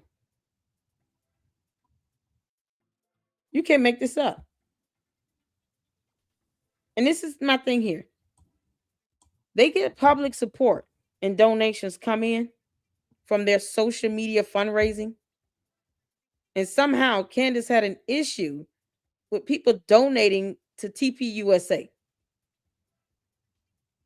The hypocrisy is staggering. It makes no sense. She got upset. Yes, Northern Virginia is very expensive. Boys Club. Man, he said it could have been in pounds converted. You would think. Oh God, that's funny. You can't make this stuff up. Virginia and DC border each other. Okay, so Arlington is close to about 13 miles. Okay, so they could have been there when they were on January 6th, but that's not their permanent residence. You're saying with this tax form that this LLC is housed at this apartment. That LLC is here. So if you're saying that this is like a company, you're running something, why use this if you know you don't live there? If you don't live there, would have been too much of a coincidence for them to just put their Tennessee residence in there. Yeah, I think it would have been glaringly obvious. But when it doesn't make sense like this, because like I said, one piece I am missing is any lease agreement signed by Candace or, Boys Club for this particular apartment. That would kind of seal it for me as far as being able to connect that last piece. Just having some lease agreement or something, or at least confirm if it does or does not exist, that they stayed at this place. And if they only had this for a LLC, that's not even reporting all of his income being paid to them from a different organization, allegedly, then it's like, what is going on with the rest of that money? And why use the shell? Why use this address? Why say that this is a place for an LLC for a company where tax statements are being filed? It's so crazy. Oh man, all this money in rent. $5,000 in rent. You can't make this up. And they can only claim up to 500 square feet of that. Why get the most expensive thing ever? It's so insane. So Candace sits here and says, oh, TPUSA shouldn't be taking in donations. But yet, that's what they were doing. They were just doing it. It was like crowdfunding. They're doing it through social media. TPUSA had people sending them money, especially when after Charlie Kirk died. People have the right to send money and donate and support, especially if you're a nonprofit organization. It means you're basically operating on public support. You're operating on donations and contributions. The issue is with that $284,000, that's not a donation from BLEXIT. That is Olympic Media LLC claiming to have been some level of a consultant with some contract that's supposed to exist. Let me ensure that I'm using the correct terminology. A contract that is supposed to exist between BLEXIT and Olympic Media, to which we haven't seen that yet. I'm going to try my best to find it. That and maybe some form of a lease agreement. But there's a implied contract here where they're rendering services to BLEXIT for social media fundraising. And there's some sort of invoicing that's occurring where BLEXIT is paying this social media fundraising, Olympic Media, $284,000. They're supposed to be providing some level of service for something that's nothing more than having a GoFundMe account. And she wants to sit here and harass TPUSA for getting donations when they didn't even report all that income coming in. That's supposed to be revenue. It's supposed to be seen as revenue from providing services, not just a donation from, random people on the internet. That's a separate category. Donations and gifts is not the same thing as you getting in accounts receivables because you invoice someone for services you perform. That's how crazy this is. They couldn't even be consistent with the revenue portion. So naturally, they would have to prove that they were paid this money through whatever payment method, whether it be a wire, whether it be a check, money order, put it on George's credit card, who knows? There's supposed to be some paper trail to show that transaction, to show money was sent to them and that they deposited into some account somewhere. And they didn't even put the full amount. And they're saying we get public support when that $284K would not be considered public support. It would be considered money from services rendered. Like a job, revenue, gross wages. Like it's similar to that. An employee getting gross wages. They didn't even do that right. But look at all this money here coming in from 2018 up until 2022 here. And this is how much they put down. So we're just asking questions, Candace. What's the rest of the 197K? Because we're seeing these numbers with our own eyes. We're seeing these taxes with our own eyes. They brought up TPUSA, but then they couldn't show how there's an easy lack in this. We can do that here. And I highly doubt Candace understands, GAAP. That's generally accepted accounting principles. It's like principles that kind of govern accounting departments in any organization, whether it be a government agency, whether it be a private organization, a nonprofit organization. Generally accepted accounting principles kind of help define how companies should operate when it comes to their, accounting, accounts payables, accounts receivables, their cash flow, documenting revenues and expenses, doing audits. All of that flows primarily from your accounting department. This is crazy. Who was over the accounting department at BLEXIT? Candace, why the hell you put George down as treasurer? Why would you do that? That means anyone that was AP or AR that worked in accounts payables or receivables would have been reporting to George Farmer because he's the treasurer. You can't make this up. He controlled the purse. And anybody can fact check me on accounting. You can look up that information. It's out there. This is crazy. And I'm not seeing any other revenue coming in. The rest they put down is public donations. Why? You can't make this up. Why do that? $87,000. That's it. Donations. It's like, Omar, this is crazy. So I wanted you all to see this, to show this information out. You guys are more than welcome. Let me put the link to Olympic Media. And like I said, correct me if I'm wrong with this, because I'm not a tax expert.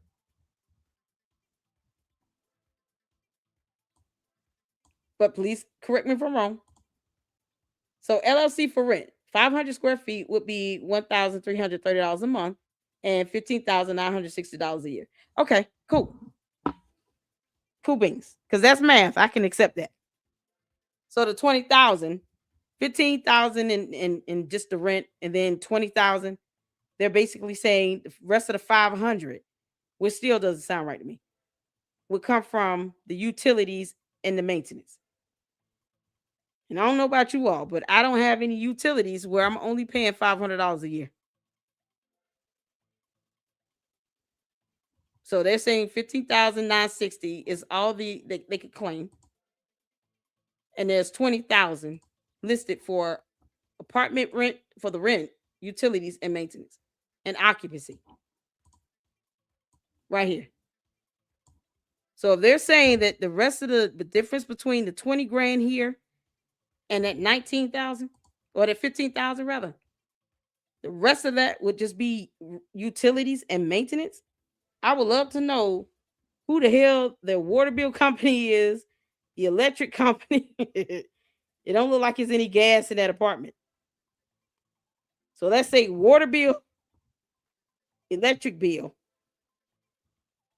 maybe some rental insurance. They don't have any grass to cut or anything. This is an apartment community, so they can just put in a work order. The rest of that 500 is utilities and maintenance, when they couldn't even report the full revenue. We're just asking questions, Candace. We're just asking questions. So, in the meantime, you guys come across any other information, tomorrow I'm going to do the other LLC. There's 2 listed on here from BLEXIT, where he was getting all this stupid money. Optimized Consulting, going straight to a P.O. box in Austin, Texas. We'll look at that LLC tax documents. I would assume this is a nonprofit as well, because of reasons. So we'll look at their tax documents tomorrow and compare it to BLEXIT, because this right here is absurd. $553,000 for social media fundraising, you all. Not for fixing, AC and wiring cable or anything like that. For just social media fundraising. And shout out to Kaylee who put this video out. And we checked that out yesterday. Because this money doesn't make sense, especially when it's not showing up on these LLC's tax statements as revenue. You can't, not even half that amount. Candace, we're asking questions. Explain yourself, you and George. At some point, she's going to take a hint and go make him a sandwich. What does Olympic Media get out of not showing the correct revenue? There's no write-off for anything. It's a 501c3. Exactly. The fact that they're tax exempt, tax exempt for federal taxes is beyond me. So they technically wouldn't have anything to lose if they at least tried to keep it consistent, right? It would not raise a red flag. But I'm curious as to why it didn't set off an alarm with the IRS. Once again, though, nonprofits they're not required to file they're required, you can file, but they're not required to pay any federal taxes. So there's no penalty, I guess, if they're just putting out random numbers, I guess. Because look what's happening. George controlled the purse at BLEXIT. He was the treasurer. And he had this money, according to BLEXIT tax documents, going to this LLC that covered the trademark for Parlor Inc. Unbelievable. Unbelievable. And Parlor Inc., correct me if I'm wrong, was another internet-based website, right? It was sort of like a Rumble or something like that. What was Parlor Inc.? They're just another platform, like a social media platform. Yeah, I ain't keep up with this clown. You can't make this up. And Kanye didn't buy it. Makes you wonder why that deal fell through. Makes you wonder, huh? This is from factually.co because Candace doesn't like Wikipedia. Has George Farmer been linked to any controversies or investigations? Oh, look. Look at this, y'all. Kind of sums up what I've been saying for the last 45 minutes.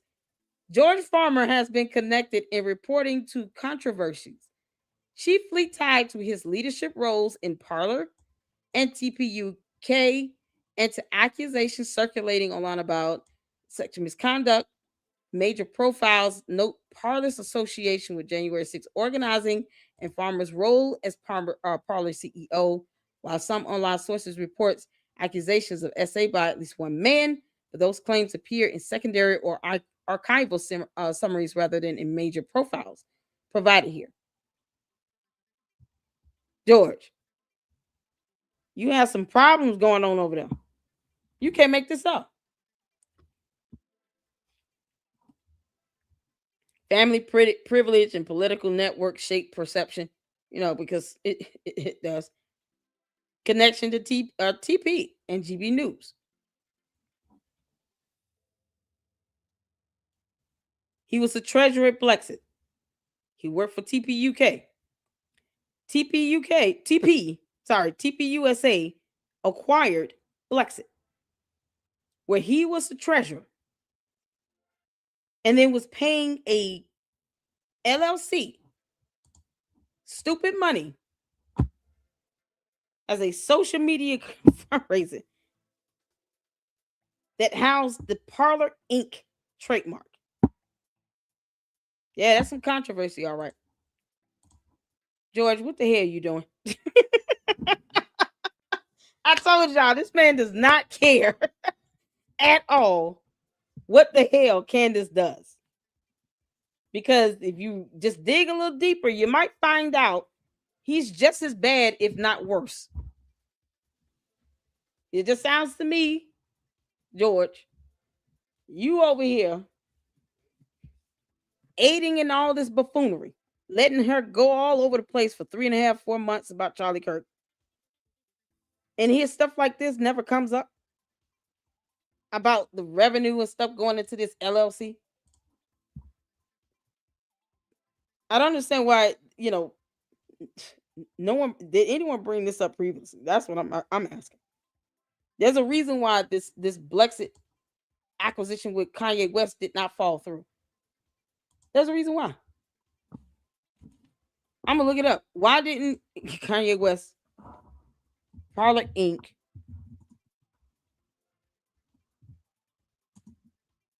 Kanye West deal? And just put that in to see what happens.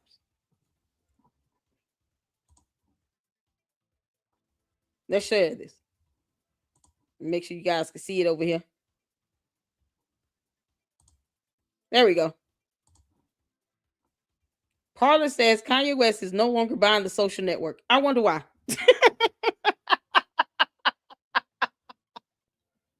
I wonder why, George. Because I'm going to tell you this. One thing I can't say about Kanye West is, he makes a lot of money from his businesses. Why didn't Kanye West pick up Parler Inc.? Why didn't he do it? BLEXIT went to TPUSA Candace always, obsessing over Kanye West.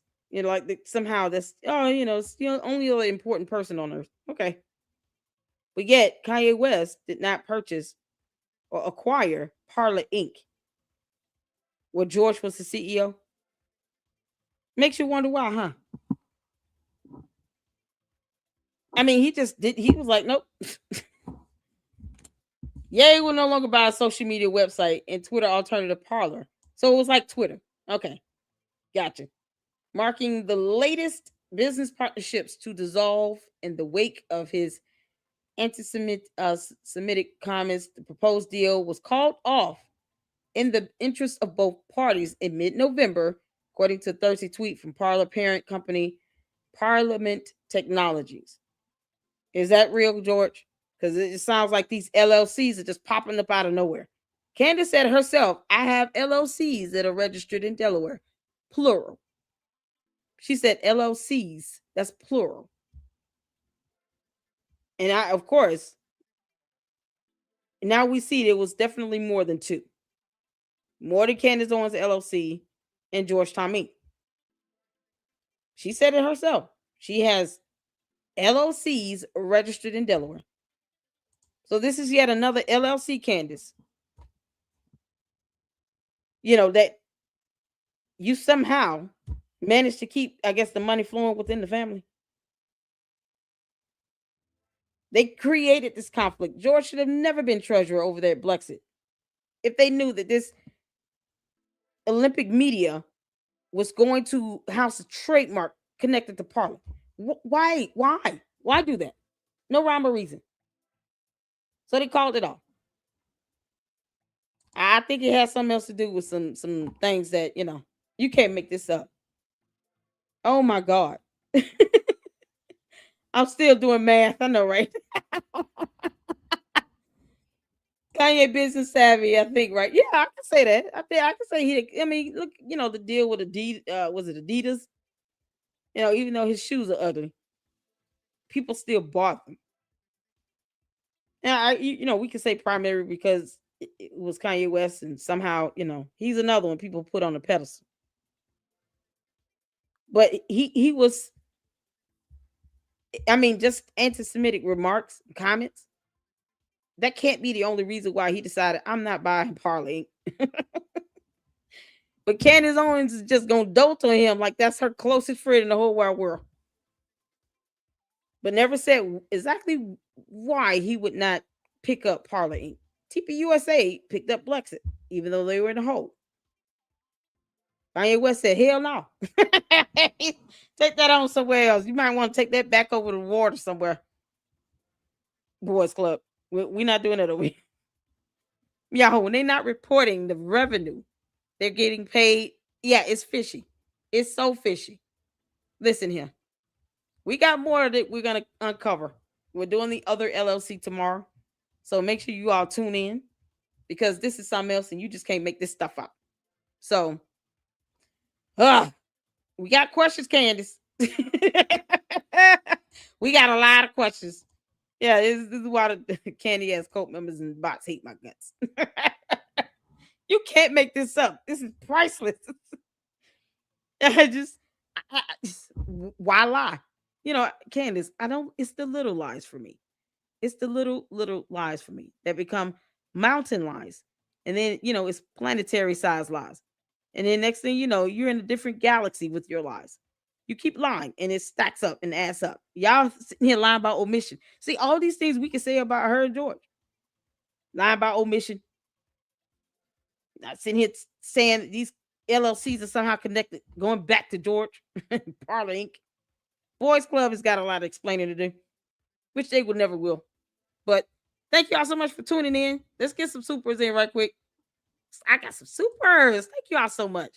Shout out to Jackie Blue for the $9.99 super. I owe you for all the laughs and wise words. Oh, thank you so much.